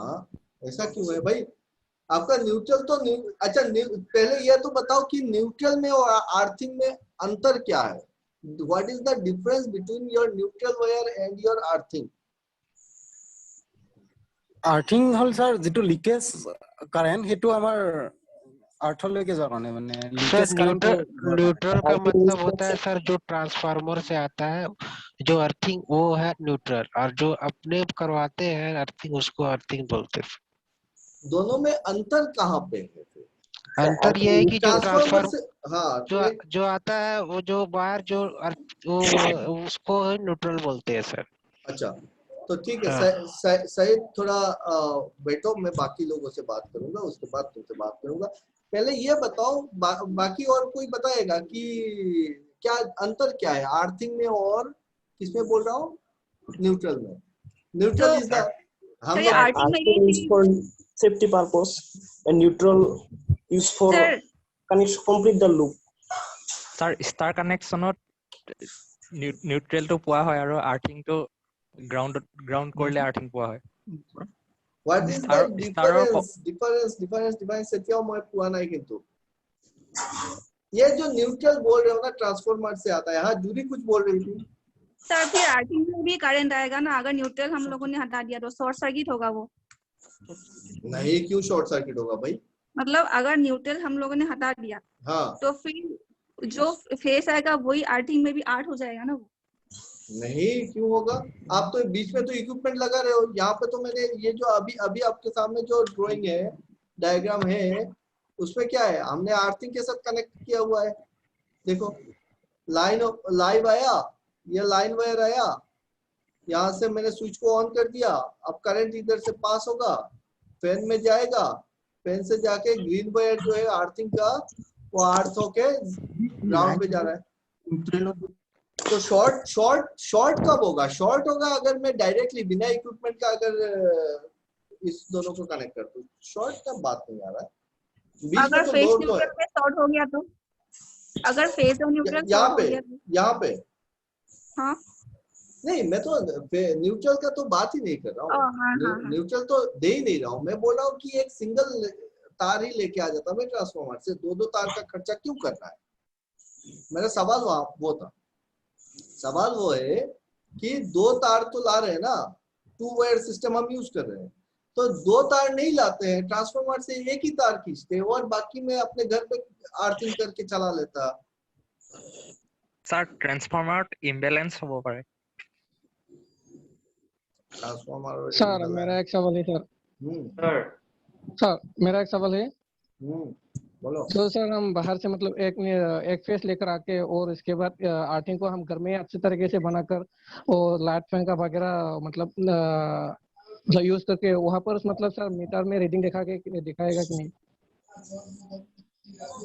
इम्पोर्टेंट क्वेश्चन है, बहुत बार पूछता भी है कि अगर रिटर्न वायर कनेक्टेड नहीं है तो फिर मीटर में रीडिंग आएगा कि नहीं आएगा, है ना? दिखाएगा सर, रीडिंग दिखाएगा। तो पहले तो ये मैं जो पूछ रहा हूँ वो तो बताओ। आप उल्टा मेरे को पूछ रहा है। मैं पूछ रहा हूँ कि क्यों करते हैं, दोनों में अंतर को समझो। पहले क्या अंतर है? रिटर्न पाथ जो बोल रहे हो, रिटर्न पाथ जा कहाँ पे रहा है? ट्रांसफार्मर पे। ट्रांसफार्मर पे जाके किसके साथ कनेक्ट हो रहा है वो? रिटर्न वायर जाके कनेक्ट किसके साथ हो रहा है? अर्थ में हो रहा है। आर्थिंग किसके साथ है? अर्थ के साथ है। दोनों ही तो अर्थ के साथ ही है ना। तो न्यूट्रल का कनेक्शन भी अर्थ में, आपका रिटर्न वायर का आर्थिंग का कनेक्शन भी अर्थ में ही हो रहा है। हाँ, दोनों भी अर्थ हो रहा है सर। दोनों तो अर्थ ही हो रहा है। अर्थिंग जो है घर में अपना अर्थिंग हो जा रहा है, न्यूट्रल जो ट्रांसफार्मर के बेस में हो रहा है, तो दोनों तो अर्थ ही हो रहा है। तो काहे के लिए इतना तामझाम कर रहे हैं, खर्चा काहे कर रहे हैं? बेवकूफ है क्या? ना दिमाग में आया नहीं किसी का यार, बेकार में खाम का इलेक्ट्रिसिटी बोर्ड वाला कर रहा है। अब इस चीज को समझते हैं। जवाब है किसी के पास? नहीं। इसका सीधा सा जवाब ये है, अगर आपको इंटरव्यू में भी पूछे तो सीधा सा जवाब ये है कि सर हर एक के घर में अगर आर्थिंग होगा, वो अर्थ पिट जो बनेगा उसका वो सही बना है नहीं बना है कौन चेक करेगा? सुपरविजन कौन करेगा? अर्थ पिट का सुपरविजन जरूरी है ना। अगर अर्थ पिट सूख गया, ड्राई हो गया, चलो पकड़ लो बनाया तो सही था, ड्राई हो गया तो काम करेगा? नहीं करेगा, एक्सीडेंट। अब हर एक के घर में एक सुपरवाइजर भेजेंगे हर रोज? नहीं भेज सकते ना। तो हम क्या करते हैं, कर सकते थे कि सबके घर में एक अर्थ पिट दे सकते थे, बट सेंट्रलाइज करके लेके एक कॉमन पॉइंट पे दे रहे हैं जो स्किल्ड इंजीनियर के सुपरविजन के अंडर में। ट्रांसफार्मर जो है वो किसके अंडर में? स्किल्ड इंजीनियर के सुपरविजन के अंडर में। तो हम लोग सुपरवाइज करते हैं कि भाई मेरा अर्थिंग प्रॉपर है कि नहीं है। बहुत ड्राई हो रहा है तो पानी वगैरह देते हैं, नमक देते हैं, क्या क्या करते हैं ना। थोड़ा समझ में नहीं आया, मतलब कंफ्यूज हो जा रहा है थोड़ा सी। क्या चीज का कंफ्यूजन? ये अभी आप बोले ना ये वाला में वो अर्थ में कौन देगा, ये अभी अर्थ का बात बोल रहा था ना। मैं बता रहा हूँ कि अर्थ में और न्यूट्रल में कोई डिफरेंस नहीं है, क्योंकि दोनों का कनेक्शन किसके साथ हो रहा है? अर्थ के साथ ही हो रहा है। ठीक है। न्यूट्रल जो है जिसको हम लोग रिटर्न पाथ बोलते हैं, ये कॉमन रिटर्न क्या हो कि सबके घर से ले लिए और एक जगह पे, एक पर्टिकुलर जगह पे ट्रांसफार्मर के नीचे हम क्या कर रहे हैं, अर्थिंग कर दे रहे हैं, ताकि उस अर्थिंग पे हमारा सुपरविजन रह सके। अब अगर सबके इंडिविजुअल घरों में हम अर्थ बना देते तो इतना सारा अर्थ का सुपरविजन कौन करता? क्योंकि लोगों पे तो आप भरोसा नहीं कर सकते ना इलेक्ट्रिकल सिस्टम का। सब इलेक्ट्रिकल इंजीनियर थोड़े ना है हमारी तरह, है ना। अब जानकार तो हम लोग हैं। छोड़ो, इस चीज को और बढ़िया से समझ लो। इतना तो समझ गया ना कि न्यूट्रल का कनेक्शन और अर्थिंग का कनेक्शन किसके साथ हो रहा है? अर्थ के साथ ही हो रहा है। कनेक्शन में दिक्कत नहीं है, जीरो ग्राउंड ही है। चाहे वो आप अर्थिंग का लाइन ले लो, चाहे वो न्यूट्रल का लाइन ले लो, दोनों क्या है, दोनों का दोनों ग्राउंड ही हो रहा है। ठीक है। न्यूट्रल क्या है, क्योंकि सबका अलग अलग अगर अर्थ बनाएंगे तो उसमें सुपरविजन में प्रॉब्लम आएगा। हम लोग नजर नहीं रख सकते उस चीज पे, इसीलिए हम कॉमन करके ट्रांसफार्मर में लेके आ रहे हैं, ताकि अपना जो इंजीनियर है वो एक ही जगह पे फोकस कर सके, नहीं तो उसको हर एक घर में जाना पड़ता है ना। क्लियर हो गया इस बात का? और घर पे क्यों अर्थिंग दे रहे हैं? जब न्यूट्रल लाइन है ही सर, तो फिर घर पे क्यों दे रहे हैं? इसलिए दे रहे हैं बाबा, ताकि अगर आपका इक्विपमेंट में बॉडी हो जाता है, कुछ होता है, तो बॉडी में करंट आने से ये डायरेक्टली बॉडी के साथ लगा के हम क्या कर दे रहे हैं, हम सॉरी इस में नहीं, हाँ सर केनेकुआ कइले वोल्टेज ड्रॉप हम क्या कर रहे हैं यहाँ पे, इसके बॉडी के साथ कनेक्ट कर दे रहे हैं इस पिन को। अब ये पिन लगेगा कहाँ पे? इस पॉइंट पे। तो अगर कभी भी बॉडी में करंट आता है तो वो करंट डायरेक्टली इस ग्रीन वायर के थ्रू डायरेक्ट आपका चला जाएगा यहाँ पे। अगर न्यूट्रल लाइन पे आपका जा रहा है मेन करंट, कॉइल का कनेक्शन, इसका कॉइल का कनेक्शन हुआ है और बॉडी का कनेक्शन हो गया अर्थ पे अलग से। अब यहाँ पे और 2-3 सवाल आते हैं कि न्यूट्रल में और अर्थ में अलाउएबल वोल्टेज रेंज क्या है? दोनों में वोल्टेज डिफरेंस रहता है कि नहीं रहता है? क्योंकि दोनों अर्थ में कनेक्ट हो रहा है। अगर वोल्टेज डिफरेंस रहता है तो अलाउएबल रेंज क्या है? कहाँ कितना वोल्टेज तक आप अलाउ करोगे? सर ये बॉडी करंट से आपका क्या मतलब है? पकड़ लो, आपका ये जो इलेक्ट्रिक आयरन है ना, प्रेस करके बैठते हो, इसका कॉइल का और बॉडी के साथ बीच में इंसुलेशन रहेगा। इसके अंदर तो एक कॉइल होगा, कॉइल में करंट घूम रहा है, और कॉइल के साथ जो बॉडी है, बॉडी के बीच में इंसुलेशन रहेगा ना कि डायरेक्टली बॉडी में करंट लगा दोगे। नहीं ले दोगे ना बॉडी में। अगर इंसुलेशन ब्रेक हो गया, इंसुलेशन डैमेज हो गया, इंसुलेशन पुअर हो, इंसुलेशन हो गया, तो लीकेज करंट आ सकता है ना इसके बॉडी में। या फिर हो सकता है कि आपका जो मेन कॉइल है, मेन कॉइल ही टूट के जाके आपके बॉडी में टच हो गया इस इक्विपमेंट का। ये तो आयरन है, आयरन छोड़ो, मोटर बोलो, कुछ भी बोलो, उसके अगर जो भी इक्विपमेंट है उसके अगर बॉडी में आपका मेन कॉइल जो है वो कॉइल अगर टूट के लग गया जाके, इंसुलेशन ब्रेक हो गया, तो क्या होगा? बॉडी में करंट आएगा। बॉडी में करंट आएगा, आप जाके हाथ दोगे तो आपको लगेगा झटका। फैन में बहुत लोग, कितने लोग मरे हैं मेरे जानकारी में, तो बहुत लोग मरे हैं कि स्विच देने गए यार, शॉक में वहीं पे मर गया बंदा। तो क्यों होता है ऐसा? क्योंकि बॉडी हो गया था और अर्थिंग प्रॉपर नहीं है। तो क्या होगा कि बॉडी से जो करंट है, बॉडी में मतलब क्या है, उस इक्विपमेंट के बॉडी में, इक्विपमेंट के बॉडी में जब करंट है और आप टच कर रहे हो, आप तो बॉडी में ही पकड़ोगे ना, तो बॉडी में जब टच कर रहे हो आपके अंदर से करंट क्या हो रहा है, ग्राउंड पे जा रहा है, तो फिर आप एक सर्किट का हिस्सा बन जाते हो। ओके। अब सवाल ये है, 2-3 सवाल यहाँ पे है। नंबर 1 सब क्वेश्चन ये था कि न्यूट्रल में और अर्थिंग में, ये जो अर्थ लाइन है, अर्थ तो यहाँ पे ग्राउंड हो रहा है, न्यूट्रल कहाँ पे ग्राउंड हो रहा है? ये भी ग्राउंड ही हो रहा है। लेकिन हाँ, ये समझ के रखना कि जब भी कभी भी सवाल पूछा जाता है तो सब लोग बोलते हैं sir neutral is the return path and this and that. वो सबको पता है यार, रिटर्न पाथ है, अर्थिंग सेफ्टी के लिए, कौन नहीं जानता है? अर्थ या ग्राउंड लाइन तो सेफ्टी के लिए, न्यूट्रल रिटर्न पाथ है, वो पता है। डिफरेंस कहाँ पे है? डिफरेंस ये है कि दोनों का पहले तो सिमिलरिटी क्या है, दोनों का दोनों ग्राउंड पे ही लग रहा है। डिफरेंस ये है कि अर्थिंग जो सेफ्टी के लिए दे रहे हैं वो लोकली दे रहे हैं, और वो न्यूट्रल जो रिटर्न पाथ बोल रहे हैं उसको कॉमन करके हर एक घर से कनेक्ट करके हम एक लोकलाइज्ड सेंटर पे दे रहे हैं ताकि सुपरविजन आसान हो। नाउ क्वेश्चन इज कि न्यूट्रल लाइन पे और ये जो अर्थ लाइन है, इन दोनों पे क्या वोल्टेज का कोई डिफरेंस रहेगा क्या? दोनों तो अर्थ के साथ कनेक्टेड है ना, ग्राउंड जीरो पे, ग्राउंड जीरो पे क्या कोई वोल्टेज डिफरेंस मिलेगा आपको? नो, नहीं मिलना चाहिए, नहीं मिलना चाहिए। ठीक है, अगर आपका ये वाला अर्थिंग प्रॉपर है, ये न्यूट्रल लाइन पे अगर अर्थिंग जो है प्रॉपर है, तो आपका क्या है, आपको 0 वोल्ट ही मिलना चाहिए। बट कभी कभी लीकेज वोल्टेज रहता है, तो अलाउबल रेंज क्या है? कितना अगर डिफरेंस आता है ग्राउंड में और न्यूट्रल में, अगर कुछ लीकेज वोल्टेज आ रहा है तो अलाउबल रेंज क्या है, कहां तक हम अलाउ करेंगे? Sir 2 volt, 0 to 5 volt. Yes 5%, 5% या 0 to 5% होता है ना, परसेंटेज का पता नहीं, 0 to 5 वोल्ट।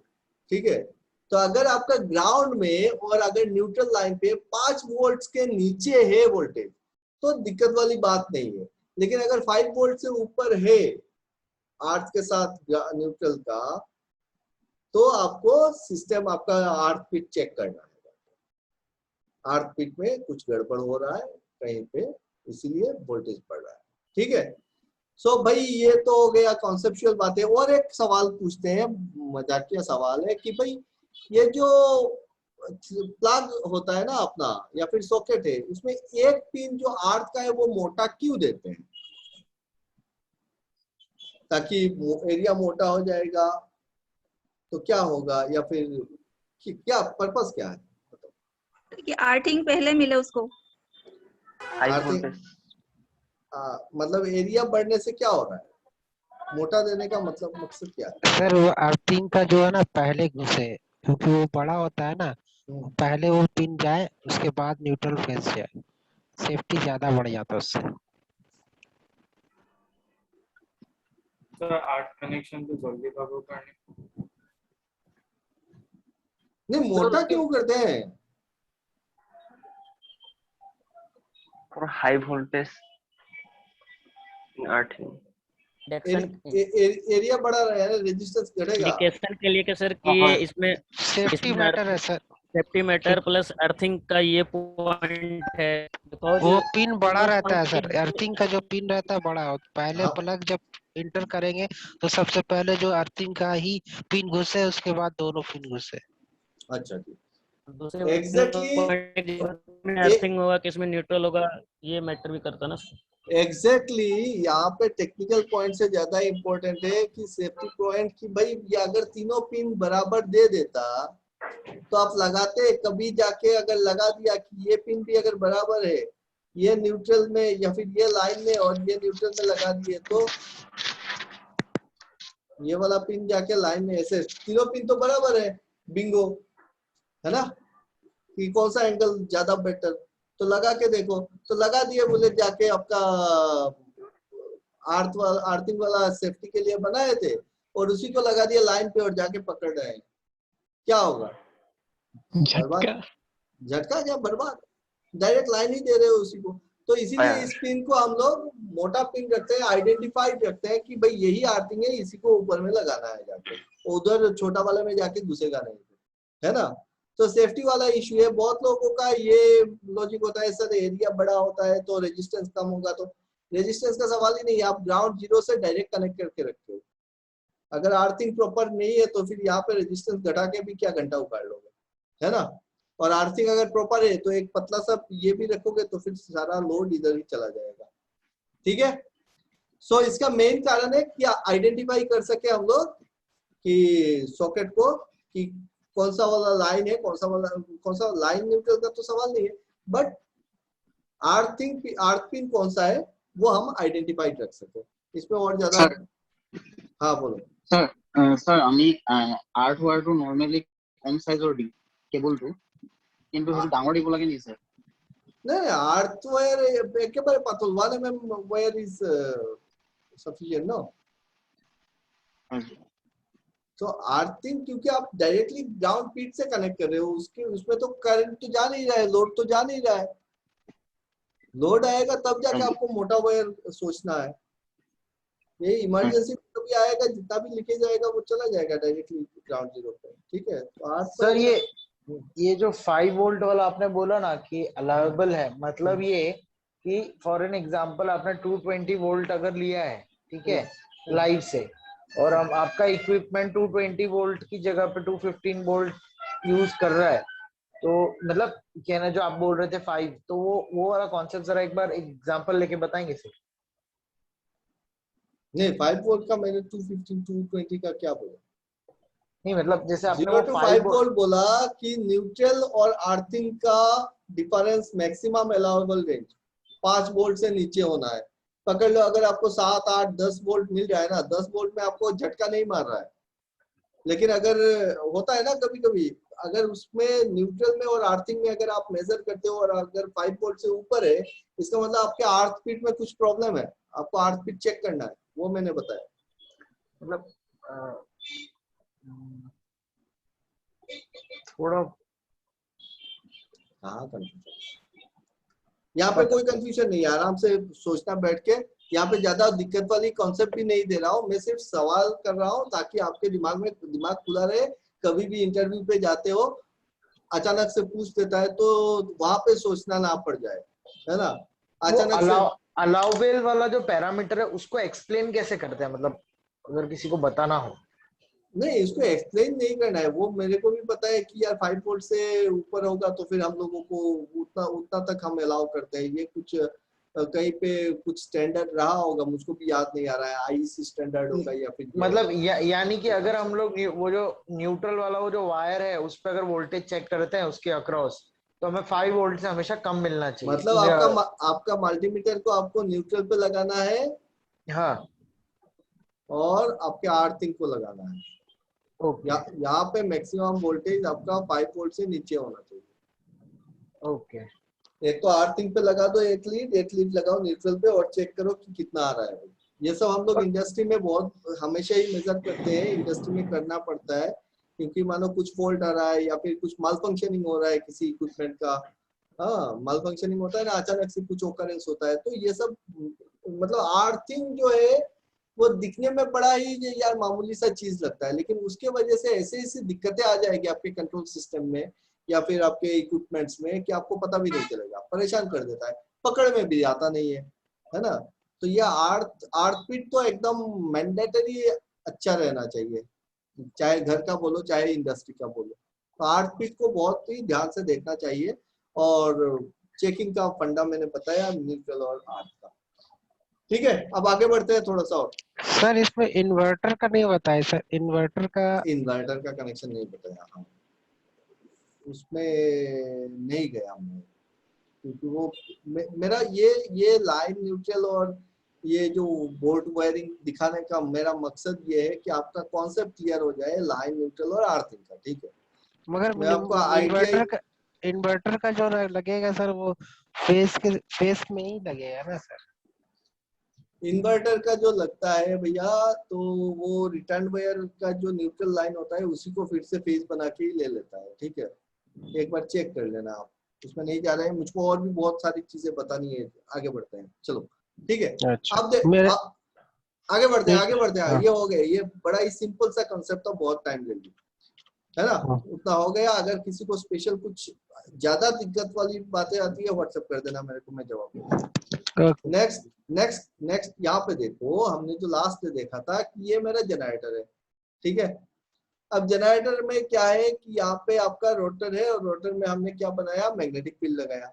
स्टेटर में जो कॉइल लगाए उसमें टर्मिनल्स कितने मिलेंगे स्टेटर पे? ऑल्टरनेटर के स्टेटर पे टर्मिनल कितने मिलेंगे आपको? 3 RYB 3 मिलेगा कि 6 मिलेगा? 6 मिलेगा, 6 मिलेगा। 3 कॉइल है तो फिर 3 फेज है, इसका मतलब 3 कॉइल है, और 3 कॉइल है तो फिर आपका कितना फेज टर्मिनल से 6 टर्मिनल है, जिसमें से हाँ, जिसमें से 3 टर्मिनल हम क्या कर रहे हैं, ट्रांसफार्मर के तरफ लगा रहे हैं, और 3 टर्मिनल को क्या कर रहे हो, शॉर्ट करके ग्राउंड से कनेक्ट कर दे रहे हो थ्रू एनजीआर। एनजीआर को एक्सप्लेन करेंगे, बाद में करेंगे। जब आप बोले अल्टरनेटर में कितना कनेक्शन टोटल कनेक्शन है, तो 3 है, तो और 3 ट्रांसफार्मर में कैसे आ गया ये? मतलब आप करने के बाद नहीं, आप बोले ना क्या अल्टरनेटर में टोटल कितना कनेक्शन है, तो आप बताए 6, तो इधर तो 3 कनेक्शन है और 3 है ट्रांसफार्मर में, ठीक है? तो ट्रांसफार्मर का 3 और अल्टरनेटर का 3 मिला के 6 हो रहा है क्या? नहीं रे बाबू, अल्टरनेटर क्या है, 3 फेज अल्टरनेटर है, RYB 3 फेज ही तो जनरेट करते हो हम लोग, 3 फेज सिस्टम यूज करते हैं। तो 3 फेज अल्टरनेटर में कॉइल कितना होगा, अल्टरनेटर में तो कॉइल, आर्मेचर का कॉइल लपेटे हो ना, तो ये जो कॉइल लपेटे हो, कितना कॉइल लपेटे हो, 3 जो कॉइल लपेटे हो, तब जाके कितना मिलेगा आपको, 6 टर्मिनल मिलेगा। ये तो 6, एक कॉइल मतलब क्या है, एक तार ही है ना, जिसी को आपने लपेट दिया है, एक ही तार है, उसी को आपने पेच मार दिया है, वही तो कॉइल बन गया। तो 2 टर्मिनल निकला, तो एक कॉइल का 2 टर्मिनल, तो 3 कॉइल का 6 टर्मिनल, उसमें क्या दिक्कत है। अब ये 6 टर्मिनल जो यहाँ पे दिख रहा है ना, R, Y और B, यहाँ पे दिख रहा है R, Y और B, तो एक साइड का 3 टर्मिनल हमने क्या किया, शॉर्ट कर दिया। शॉर्ट करके किसके साथ कनेक्ट कर रहे हैं, हम लोग कनेक्ट कर रहे हैं अर्थिंग के साथ, ग्राउंड कर दे रहे हैं। लेकिन इसको डायरेक्ट ग्राउंड नहीं करते, बीच में क्या लगाते हैं, एनजीआर लगाते हैं, नेगेटिव ग्राउंड रेजिस्टेंस, ठीक है, इसको बोलते हैं नेगेटिव ग्राउंड रेजिस्टेंस। इसके ऊपर डिस्कस करेंगे हम, कहाँ पे पढ़ेंगे इस चीज को, पावर सिस्टम में पढ़ेंगे, ठीक है। तो सारा चीज रिलेटेड है, इंटर रिलेटेड है वो सारा चीज। अब यहाँ पे देखो, यहाँ से आपका बहुत सारा जो एग्जाम्स है ना, एग्जाम्स का क्वेश्चन भी क्लियर हो जाएगा और इंटरव्यू का क्वेश्चन भी आ जाएगा। नंबर 1 अल्टरनेटर है, कितना टर्मिनल से, 6 टर्मिनल, 6 टर्मिनल में 3 टर्मिनल क्या कर दे रहे हो, शॉर्ट करके ग्राउंड में कनेक्ट कर दे रहे हो। डायरेक्ट ग्राउंड में कनेक्ट कर रहे हो नहीं, थ्रू एनजीआर कनेक्ट कर रहे हो, चलो ठीक है। बाकी 3 टर्मिनल किसके साथ जा रहा है, बाकी 3 टर्मिनल मेरा ट्रांसफार्मर में जाके लग रहा है ना, क्लियर यहाँ पे, यहाँ तक। अब तो ये जो कनेक्शन हो गया अल्टरनेटर का ट्रांसफार्मर के साथ, वो किस टाइप का कनेक्शन हो गया, स्टार टू डेल्टा। यहाँ पे देखो, एक टर्मिनल क्या है, स्टार कनेक्शन बन गया ग्राउंड के साथ, और अदर टर्मिनल जो है वो क्या है, डेल्टा कनेक्शन हो गया ट्रांसफार्मर के साथ। अब बीच में ट्रांसफार्मर क्या हो रहा है, ये जनरेशन कितना वोल्ट का हो गया, जनरेशन होता है मेरा 11 kV का, लास्ट टाइम भी हमने डिस्कस किया, 11 kV का जनरेशन हो गया, और 11 kV से हम क्या करेंगे, 132 kV तक स्टेप अप करेंगे फॉर ट्रांसमिशन, है ना।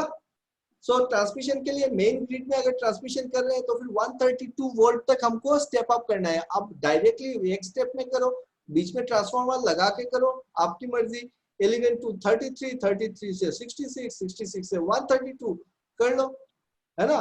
या फिर अगर आपका 11 से 33 और 33 से 33 kV से डायरेक्ट 132 वाला ट्रांसफार्मर है, कर लो, कोई दिक्कत वाली बात नहीं है इसमें। तो अल्टीमेटली हमको क्या करना है, मेन ग्रिड में अगर ट्रांसमिट करना है तो 132 kV होता है अपना मेन ग्रिड, हो गया 132। अब मेन ग्रिड में जब जा रहा है पावर एक ट्रांसफार्मर से दूसरे ट्रांसफार्मर, है ना, यहाँ पे जब कनेक्ट हुआ तो कैसा हो गया, डेल्टा टू डेल्टा।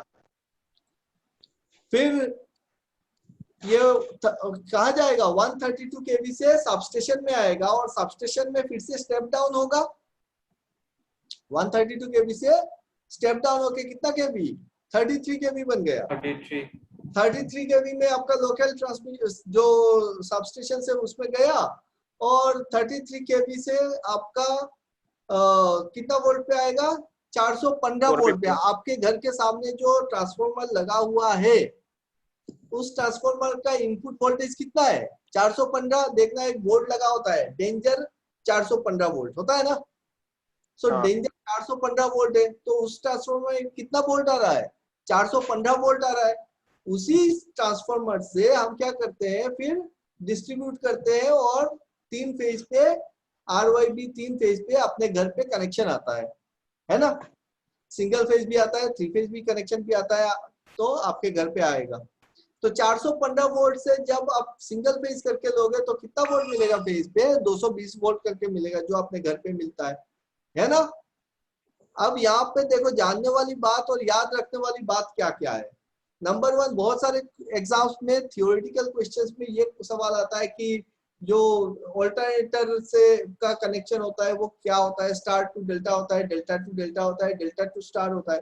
तो इस फेज में अगर हम देखते हैं तो स्टार्टिंग में जनरेटिंग एंड में स्टार टू डेल्टा है, बीच में सब जगह क्या है, डेल्टा टू डेल्टा है, क्योंकि ट्रांसमिशन जहां जहां हो रहा है वो 3 फेज ट्रांसमिशन होता है ना। सो हर जगह पे डेल्टा टू डेल्टा मिलेगा। और फिर जो ट्रांसफॉर्मर आपके घर के सामने है उस ट्रांसफॉर्मर को क्या ट्रांसफॉर्मर कहते हो? Power distribution transformer. फिर पावर ट्रांसफॉर्मर सबस्टेशन वाला, ये पावर ट्रांसफॉर्मर। डिस्ट्रीब्यूशन ट्रांसफॉर्मर जो आपके घर के सामने है ना। तो ये जो डिस्ट्रीब्यूशन ट्रांसफॉर्मर है उसका कनेक्शन क्या है? डेल्टा टू स्टार, क्योंकि वो डेल्टा में आया और स्टार में कन्वर्ट हो गया। और जनरेटर का क्या है? स्टार टू डेल्टा, तो स्टार से आया और फिर स्टार में ही एंड हो गया। बीच में सब लोगों के पास डेल्टा टू डेल्टा। ठीक, याद रहेगा? Yes sir. ये सब इंटरव्यू में भी बहुत सारे इससे ये सब टाइप के सवाल होते हैं, और एग्जाम में भी कभी कभार ये सवाल भी देखा है मैंने कि डिस्ट्रीब्यूशन ट्रांसफॉर्मर में डेल्टा टू स्टार होता है कि डेल्टा टू डेल्टा होता है, स्टार टू डेल्टा होता है। तो कंफ्यूज, यार कंफ्यूजन की क्या बात है। आप एक बार आंख बंद करके सोचो कि मेरा ऑल्टरनेटर है, ऑल्टरनेटर में 6 टर्मिनल का 3 तो हम ग्राउंड से कनेक्ट कर दे रहे हैं, 3 तो आ रहा है ट्रांसफॉर्मर में। फिर ट्रांसफॉर्मर टू ट्रांसफॉर्मर हर जगह पे होता है डेल्टा। और फिर जब एंड में आते हैं वहां पे लगता है अपना डिस्ट्रीब्यूशन ट्रांसफॉर्मर जो डिस्ट्रीब्यूट कर रहा है, तो वहां पे क्या होता है डेल्टा टू स्टार बना के, क्योंकि हमको एक फेज चाहिए और एक न्यूट्रल चाहिए। तो यहाँ पे देखो डिस्ट्रीब्यूशन ट्रांसफॉर्मर तक तो आ गए, और फिर डिस्ट्रीब्यूशन ट्रांसफॉर्मर को हम क्या करते हैं, ग्राउंड कर दे रहे हैं, है ना। अब यहां से मुझको क्या चाहिए? मुझको चाहिए एक 3 फेज तो आया यहाँ पे 3 वायर सिस्टम के थ्रू। अब मुझको चाहिए यहाँ पे 4 वायर। तो हम यहाँ पे क्या कर रहे हैं? आर्थिंग यहाँ पे कर दे रहे हैं, ट्रांसफॉर्मर के एंड पे आर्थिंग कर रहे हैं, और इसी आर्थिंग से हम न्यूट्रल लाइन ले रहे हैं। ये जो ट्रांसफॉर्मर के ग्राउंड है उसी को न्यूट्रल लाइन बना दे रहे हैं। और यहाँ पे मुझको 3 फेज जो आया R, Y और B, ये एक फेज चला गया, पकड़ लो। एक नंबर घर पे क्या दिए मैंने, R फेज दे दिया, और साथ में इसी न्यूट्रल लाइन से इसको कनेक्ट कर दिया, तो लाइन और न्यूट्रल आ गया इसके पास। फिर हाउस नंबर 2 है, उसको मैंने क्या किया, येलो लाइन से दे दिया लाइन, तो इसके पास भी लाइन और न्यूट्रल कहाँ से दे दिए, सेम न्यूट्रल ये वाला। इस घर का लोकल ग्राउंड यहाँ पे, इस घर का लोकल ग्राउंड यहाँ पे, अलग अलग है। अब मेरा रिटर्न पाथ कौन सा हो गया, दिस वन, ठीक है। और ये भी क्या है, ये भी ग्राउंड पे है, तो this is also ground, this is also ground, this is also ground, but this is your return path neutral, क्योंकि ये कॉमन है, सबका कचरा लेके इस ग्राउंड कर रहा है एक जगह पे। और यहाँ पे देने का मतलब कि मेरा भाई लाइनमैन वगैरह है, वो जाके देखेगा, इंजीनियर है, वो सुपरवाइज करेगा इसको सुपरवाइज करने के लिए कोई नहीं आ रहा है, वो आप ही को करना है। आप करते हो ठीक है, नहीं करते हो तो कभी कभार झटका मारेगा, और क्या। सर ये ग्राउंडेड SS फॉर अर्थिंग और SS फॉर न्यूट्रल, ये वाला जरा एक पता नहीं चला। ग्राउंड एट सबस्टेशन, SS मतलब सबस्टेशन। ओके, और ये वाला सबस्टेशन में हो या फिर आपका ट्रांसफॉर्मर जो डिस्ट्रीब्यूशन ट्रांसफॉर्मर है उसमें हो, तो वो है, ठीक है। और ये जो ग्राउंड है ये तो आपका यूजर एंड में है। नहीं सर, ये नहीं, आपने हमेशा आपने बोला था ना कि हम लोग ट्रांसफॉर्मर को न्यूट्रल कर देते हैं और उसी को मतलब ट्रांसफॉर्मर को ग्राउंड कर देते हैं और उसी को न्यूट्रल दे देते हैं। तो ये जो एक दूसरा वाला ग्राउंड दिख रहा है ना इधर एकदम लेफ्ट मोस्ट कॉर्नर पे, लेफ्ट मोस्ट, हाँ ये this is for your body of the, okay जैसे इसका ट्रांसफॉर्मर को भी, उसमें भी तो हो सकता है ना। तो उसका जो सेफ्टी है, उसका जो बॉडी लीकेज करंट जो आएगा उसके लिए अलग से अर्थिंग दोगे ना। डायरेक्ट न्यूट्रल में भी तो दे सकते हैं सर उसको भी। हाँ तो वो भी तो जाएगा। तो क्या जरूरत है, आप सभी का दे देते, न्यूट्रल में ही देते, आपके घर पे आपके लिए रखोगे अकेला, ट्रांसफार्मर का नहीं है सेफ्टी। अब ट्रांसफार्मर के बॉडी पे कुछ आएगा तो उसका भी तो जाना चाहिए ना। अगर आपका न्यूट्रल में कुछ फॉल्ट आता है, न्यूट्रल में कुछ फॉल्ट आता है तब जाके आपका ग्राउंड सेफ्टी ग्राउंड के लिए अलग से होता है, ठीक है। तो भाई एक आर्टपीट बनाओगे किसके लिए, न्यूट्रल के लिए। एक आर्टपीट किसके लिए बनाओगे, उसके बॉडी का सेफ्टी के लिए, ठीक है। जैसे आप यहाँ पे बना रहे हो, ये तो कॉमन है सबका, है ना। इसीलिए लोग अपने अपने घर में कोई लोग अर्थिंग कराते हैं, कोई लोग नहीं कराते, फिर भी उनका चल जाता है, वो न्यूट्रल डायरेक्ट न्यूट्रल की लाइन से आता है। पर कभी कभी इक्विपमेंट्स में लीकेज करंट आता है तो उनको अर्थिंग कराना पड़ता है। अर्थिंग कराना जरूरी है सबके लिए, नहीं कराते हैं वो उनकी गलती है, ठीक है। जिस दिन हो एक्सीडेंट हर रोज थोड़ी ना होता है, जंगल से मैं रोज जाता हूँ, थोड़ी ना बाघ मुझको खाएगा रोज, लेकिन जिस दिन खाएगा उस दिन बताने के लिए नहीं रहूंगा मैं कि खा गया मेरे को। तो भाई आज का जो सेशन था ये सब बाद में करेंगे, ये सारे हम लोग करेंगे। जैसे यहाँ पे 2 पार्ट में बता रहा हूँ, अभी क्या चल रहा है, कंफ्यूज नहीं होना है। अभी मैं एक साथ कॉमन क्लास ले रहा हूँ जिसको मैं कॉन्सेप्ट बिल्डिंग कह रहा हूँ, क्योंकि इसको किसी भी एग्जाम से रिलेट मत करो, इसको किसी इंटरव्यू से रिलेट मत करो। हमारा कोशिश सिर्फ इतना है कि हम जो चीज जानते हैं उसी चीज को थोड़ा और समझने की कोशिश कर रहे हैं, और कुछ नहीं है। अगर चीजों को समझ जाएंगे तो बहुत अच्छे से हमारा एग्जाम की तैयारी भी हो जाएगी, इंटरव्यू की तैयारी भी हो जाएगी, अलग से नहीं करना पड़ेगा, है ना। और स्किल बिल्डअप भी करना है। तो यहाँ पे जॉब जिम का जो कैंडिडेट है और जो एपीडीसीएल के बच्चे हो, सभी लोग एक ही साथ में कर रहा हूँ। एक साथ आपका कॉन्सेप्ट बिल्डिंग हो रहा है, जिसके साथ आपका सब्जेक्ट का जो चीजें है, मैं सब्जेक्ट से बाहर थोड़ा ही ना जा रहा हूँ, वो सब्जेक्ट की चीजें ही है। जब आप पावर सिस्टम पढ़ोगे तो आपको वही ऑल्टरनेटर पढ़ना है, और ट्रांसमिशन सिस्टम पढ़ना है, ट्रांसफॉर्मर को पढ़ना है, डिस्ट्रीब्यूशन ट्रांसफॉर्मर पढ़ना है, डिस्ट्रीब्यूशन ट्रांसफॉर्मर और पावर ट्रांसफॉर्मर का अंतर पढ़ना है, दोनों में क्या डिफरेंस है ना। अर्थ और न्यूट्रल का अलग अलग टाइप वगैरह वगैरह, यही सब हम क्या कर रहे हैं, एक ओवरऑल एक आइडिया बना दे रहे हैं। सबसे पहले तो यार जब हम पढ़ेंगे किताब को, जब हम एग्जाम की तैयारी करेंगे स्पेसिफिक, तो हमको कंफ्यूजन ना हो, हमारे दिमाग में एक पिक्चर बहुत बढ़िया से इमेज फॉर्म हो जाए। कोशिश वही है और कुछ नहीं। इसलिए इसको रिलेट मत करो अभी कि ये एग्जाम में आएगा नहीं आएगा तो क्यों पढ़ रहे हैं। Don't go in that way, just go कि मेरे को वो चीज समझना है, भाई कनेक्शन लगाना है, मुझको आता है कि नहीं आता है, कनेक्शन लगाना आता है कि नहीं। हाँ बोलो सर। ये न्यूट्रल मतलब रिटर्न पार्ट होके ट्रांसफॉर्मर्स के जरिए से ग्राउंड तक जाती है। दैट मीन्स हम लोग को ये ट्रांसफॉर्मर में जो न्यूट्रल कनेक्शन, उसमें आर्टिंग कनेक्शन देना पड़ेगा। न्यूट्रल पॉइंट जो है, मैं पकड़ नहीं पाया, फिर से बताओ।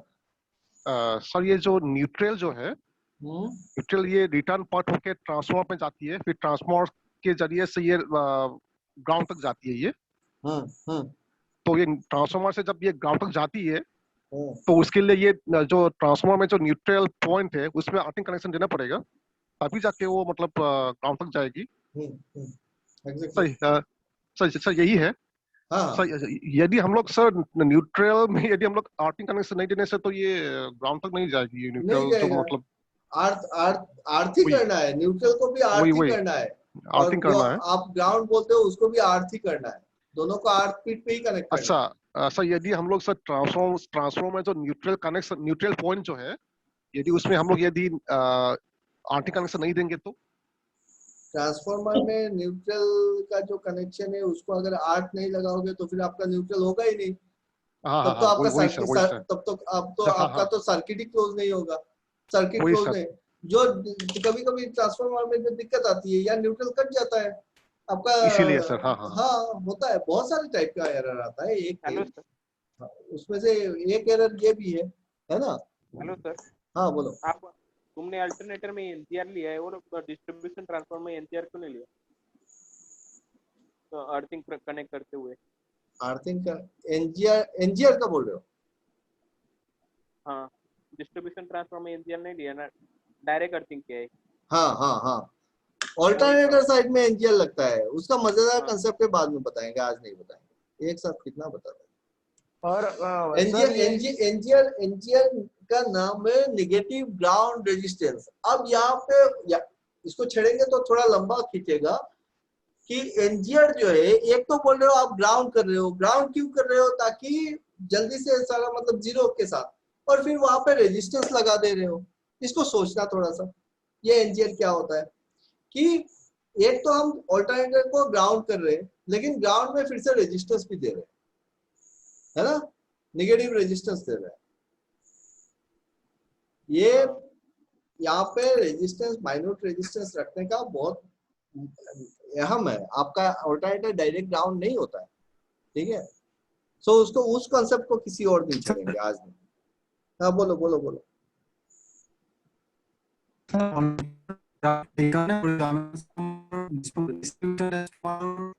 वेदांत, तो तुम्हारा आवाज काटी काटी आई है सर।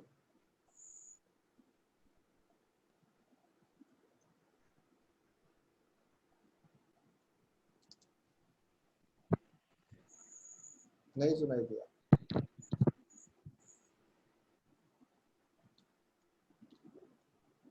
और किसी को कुछ पूछना है?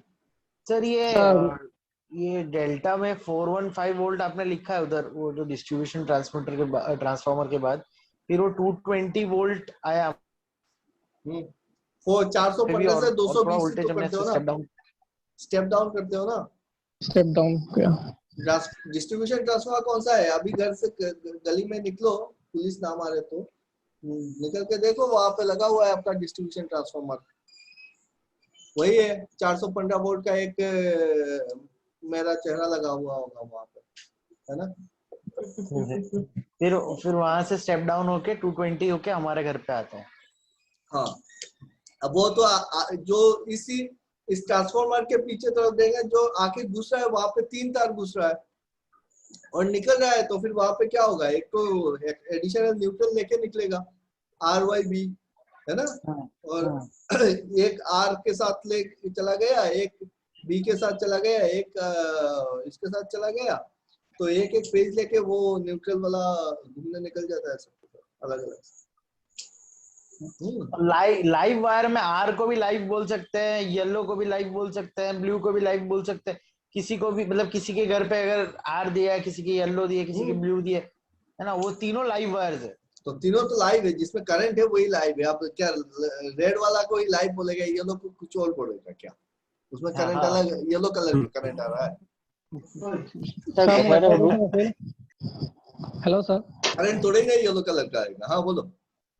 মোৰ এটা কোৱেশ্চন আছিল, মোৰ আগৰ কোৱেশ্চনটো মানে আগৰটো মানে এটা ফেজ যিখিনি আমি সাপ্লাই লাইনৰ পৰা এটা ফেজ লৈ আনিলো, তাৰপিছত নিউট্ৰেলটো আনা নাই, তাৰপিছত আমি গ্ৰাউণ্ডৰ পৰা মানে এটা গ্ৰাউণ্ডিং মানে আৰ্থিং লৈ পিনি এটা মানে নিউট্ৰেল বনাই পিনি এটা মিটাৰৰ কানেক্ট কৰি পিনি দিলো, তাৰপিছত ৰিডিংটো দেখাব না নাই স্যাৰ? ভাল। যদি তুমি ৰিটাৰ্ণ লাইনত যদি কানেক্ট নকৰা মিটাৰ, কিয় নেদেখাব? তোমাৰ কাৰেণ্টটো ফ্লো হৈ আছে ন মিটাৰত। নাই স্যাৰ, মানে গ্ৰাউণ্ডহে কৰিছো ন স্যাৰ, গ্ৰাউণ্ডৰ পৰাহে আমি নিউট্ৰেলটো লৈছো স্যাৰ, মানে মেইন সাপ্লাই লাইনৰ পৰা লোৱা নাই স্যাৰ।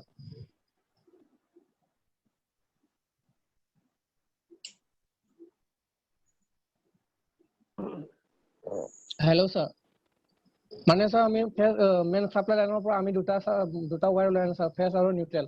তাৰপিছত স্যাৰ আমি গ্ৰাউণ্ডটোৰ পৰা আৰু আকৌ আৰ্থিং লৈ, তাৰপিছত মানে মেইন সাপ্লাই লাইনৰ পৰা এটা মাত্ৰ স্যাৰ ফেজ লাইন আনি পিনি স্যাৰ গ্ৰাউণ্ডৰ পৰা এটা নিউট্ৰেলটো আনি পিনি স্যাৰ মানে কি কৈছা মিটাৰত লগাই দিলে স্যাৰ মিটাৰৰ ৰিডিংটো দেখাব না নাই স্যাৰ? মানে উইদাউট সাপ্লাই লাইন স্যাৰ মানে স্যাৰ নিউট্ৰেল ৱায়াৰ।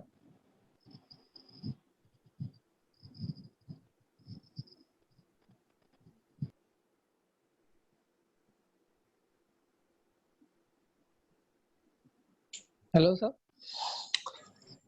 ये मैं देख के बताऊंगा, मुझको थोड़ा सा ये देखना पड़ेगा मीटर का जो कनेक्शन होता है ना।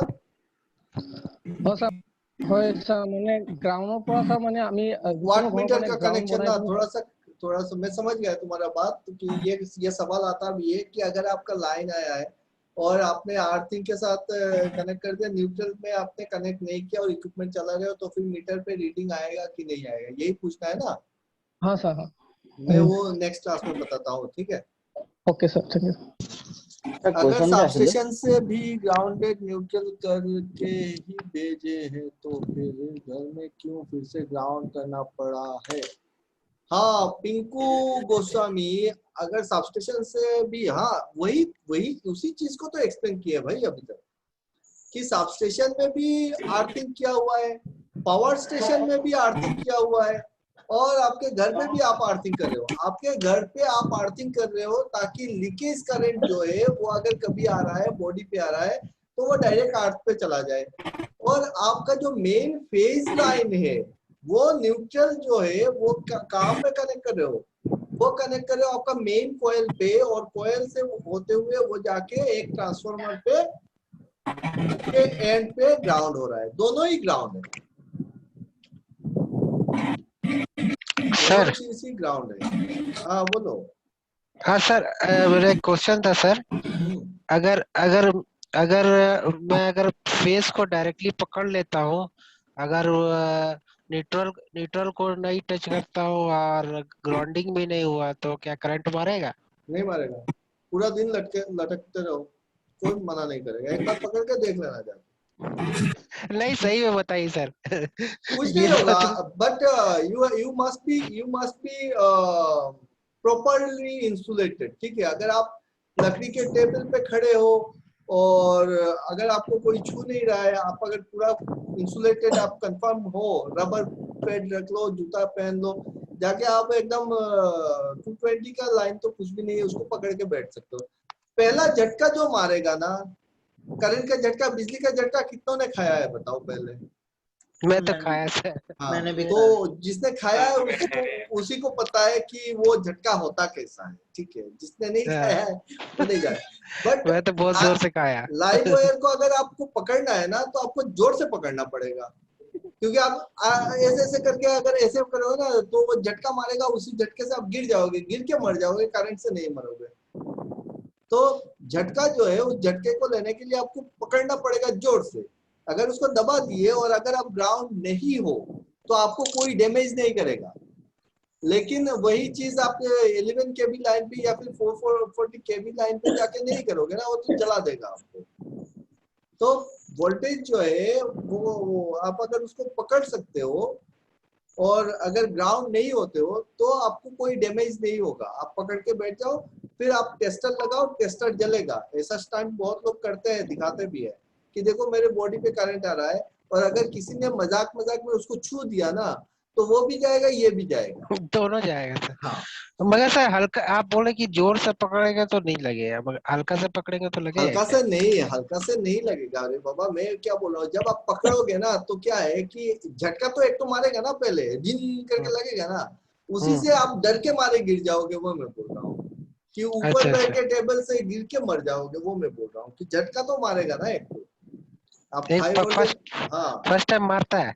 हाँ मारेगा, झटका क्यों नहीं मारेगा यार। करंट लगेगा तो एक तो बिजली का झटका जो है वो झटका नहीं लगेगा, थोड़ा सा लगेगा। और फिर अगर बॉडी प्रॉपर इंसुलेटेड है तब भी मारेगा सर?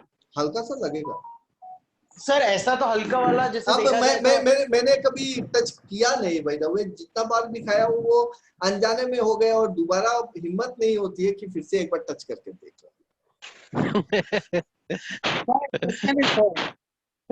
सर अगर किसी को एक्सपीरियंस करना है करके देख सकता है, लेकिन भाई मेरा नाम मत बताओ।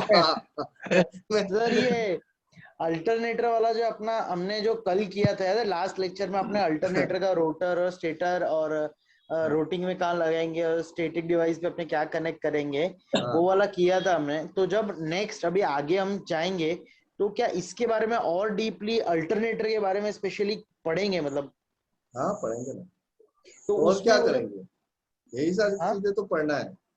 नहीं मतलब वही तो, ये जो पुराना वाला कॉन्सेप्ट है वो एक और बार रिवाइज होगा ना, क्योंकि ये अल्टरनेटर वाला एक हल्का सा ऐसे आउट ऑफ माइंड जाता है। एक बार मैं वापस देखूंगा, पर फिर डाउट आएगा तो पूछूंगा।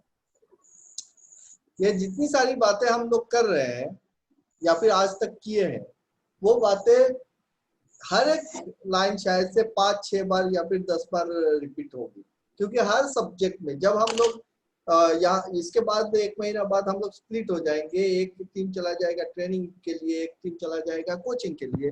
दोनों ही टीम को यही सारी चीजें बार बार रिपीट करना पड़ेगा। जब हम लोग जनरेशन पढ़ेंगे, जब हम पावर सिस्टम पढ़ेंगे, जब हम मशीन्स पढ़ेंगे, यही तो ट्रांसफार्मर है जिसको हम फिर से खोल के पढ़ेंगे, है ना। उसका न्यूमेरिकल सॉल्व करेंगे, उसके लॉसेस देखेंगे, कहाँ कहाँ पे क्या क्या लॉस होता है, इसका प्रोटेक्शन देखेंगे, कौन सा प्रोटेक्शन क्यों यूज करते हैं, है ना। तो यही सारी चीजें हैं। अब देखो हम लोग जब किताब से चैप्टर वाइज पढ़ते हैं, मैं क्यों इस सेशन को कंपलसरी करता हूँ और सबको करने के लिए भी बोलता हूँ, क्योंकि जब आप फिर से जाके जब आप किताब खोल के पढ़ोगे ना, आप ट्रांसफार्मर का अलग चैप्टर पढ़ोगे और इतना मोटा चैप्टर होगा जिसमें बहुत सारे अलग अलग चीज पढ़े हुए, उसको आप कोरिलेट नहीं कर पाते हो बहुत बार कि यार ये ऐसा क्यों है। डिस्ट्रीब्यूशन ट्रांसफार्मर, पावर ट्रांसफार्मर, आप रट्टा मारे जा रहा है बंदा। अब दोनों का जब कहाँ पे लगा है वो चीज उसके जहन में नहीं आ रहा है, तो वो पकड़ नहीं पा रहा है हो क्या रहा है, कि यूजर एंड में है, ये है, वो है, फलाना है, ठिकाना है। एक कॉमन क्वेश्चन करता है, एक आसान सा क्वेश्चन करता हूँ, और सब लोगों ने एकदम बेसिक से पढ़ा है, साइंस का है। हमने आइसोथर्मल पढ़ा है ना? yes, आइसोथर्मल सिस्टम यस होता क्या है? टेम्परेचर कांस्टेंट रहता है। Okay, very good very good very good. Pressure constant को क्या बोलते हो? आइसोप्रोपाइल। आइसो टेम्परेचर कांस्टेंट को आइसोथर्मल, आइसोप्रोपाइल प्रोपाइल ना, आइसोबारिक। वॉल्यूम कांस्टेंट को, वॉल्यूम कांस्टेंट को आइसोकोरिक। ठीक है, तो आइसोथर्मल, आइसोबारिक, आइसोकोरिक, ये सारे सिस्टम हमने पढ़े हैं, सबने पढ़े हैं। आज के डेट पे थोड़ा बहुत एलियन आ रहे यार, कभी पढ़ा था ऐसा लग रहा होगा, बट स्टिल जब हमने पढ़ा, और हमने क्या पढ़ा कि आइसोथर्मल प्रोसेस वो प्रोसेस है जिसमें टेम्परेचर कांस्टेंट रहता है। Am I right? yes. अब अगर टेम्परेचर कांस्टेंट रहता है, क्या मैं उस सिस्टम में हीट सप्लाई करूंगा कि हीट सप्लाई नहीं करना है during the process? Whether heat supply करना है कि नहीं करना है? नहीं करना है। नहीं करना है। अच्छा जी, और कोई? करना पड़ेगा सर। आइसोथर्मल बोलने से क्या समझ में आता है? हीट सप्लाई नहीं करना है ना?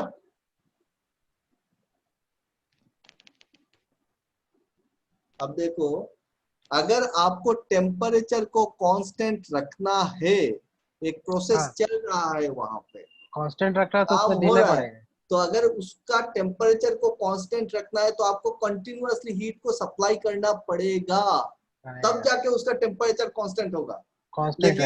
लेकिन हमारे जहन में क्या आता है, जैसे ही हम आइसोथर्मल बोलते हैं तो लगता है कि टेम्परेचर कांस्टेंट मतलब हीट देना ही नहीं है, वो चीज आ जाता है ना। वो तो ऑटोमेटिक कांस्टेंट नहीं रहेगा ना सर, हम लोग खुद को करवाना पड़ेगा, उसके लिए हीट तो देना ही होगा।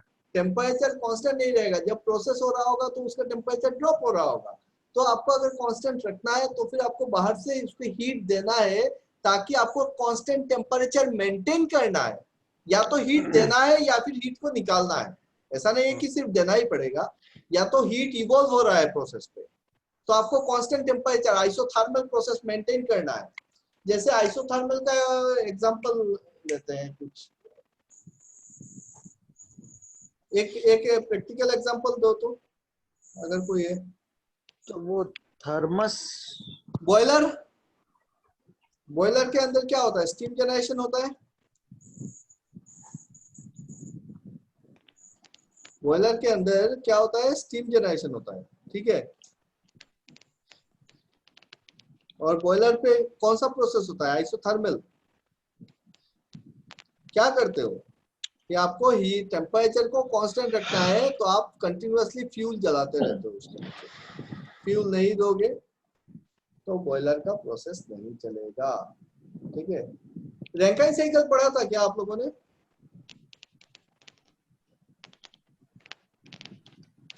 रैंकाइन साइकिल, हाँ रैंकिन साइकिल स्टीम जनरेटर के लिए यूज होता है, ठीक है। ये सवाल भी आता है आपका, एप्लीकेशन में भी आया है। Which cycle is used for steam generation or steam power plant? So ये होता है आपका रैंकाइन साइकिल। मैं थोड़ा सा आइडिया दे देता हूँ आज।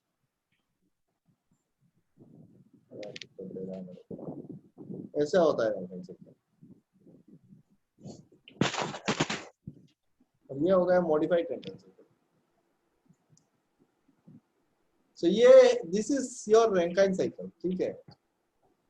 Though it is your mechanical part, mechanical का है, लेकिन अगर स्टीम टरबाइन पढ़ रहे हो, अगर आप जब पावर सिस्टम पढ़ रहे हो, तो आपको रैंकाइन साइकिल जानना ही जानना है। रैंकाइन साइकिल नहीं जानोगे तो फिर स्टीम पावर प्लांट नहीं समझ पाओगे। तो नहीं समझ पाएंगे तो क्या करना है यार, थोड़ा सा जानते हैं। ये होता क्या है कि सबसे पहले ये पॉइंट, ये जो दो लाइन दिखता है आपको, ये दो कर्व जो है, ये कर्व क्या है, this is your saturated liquid line.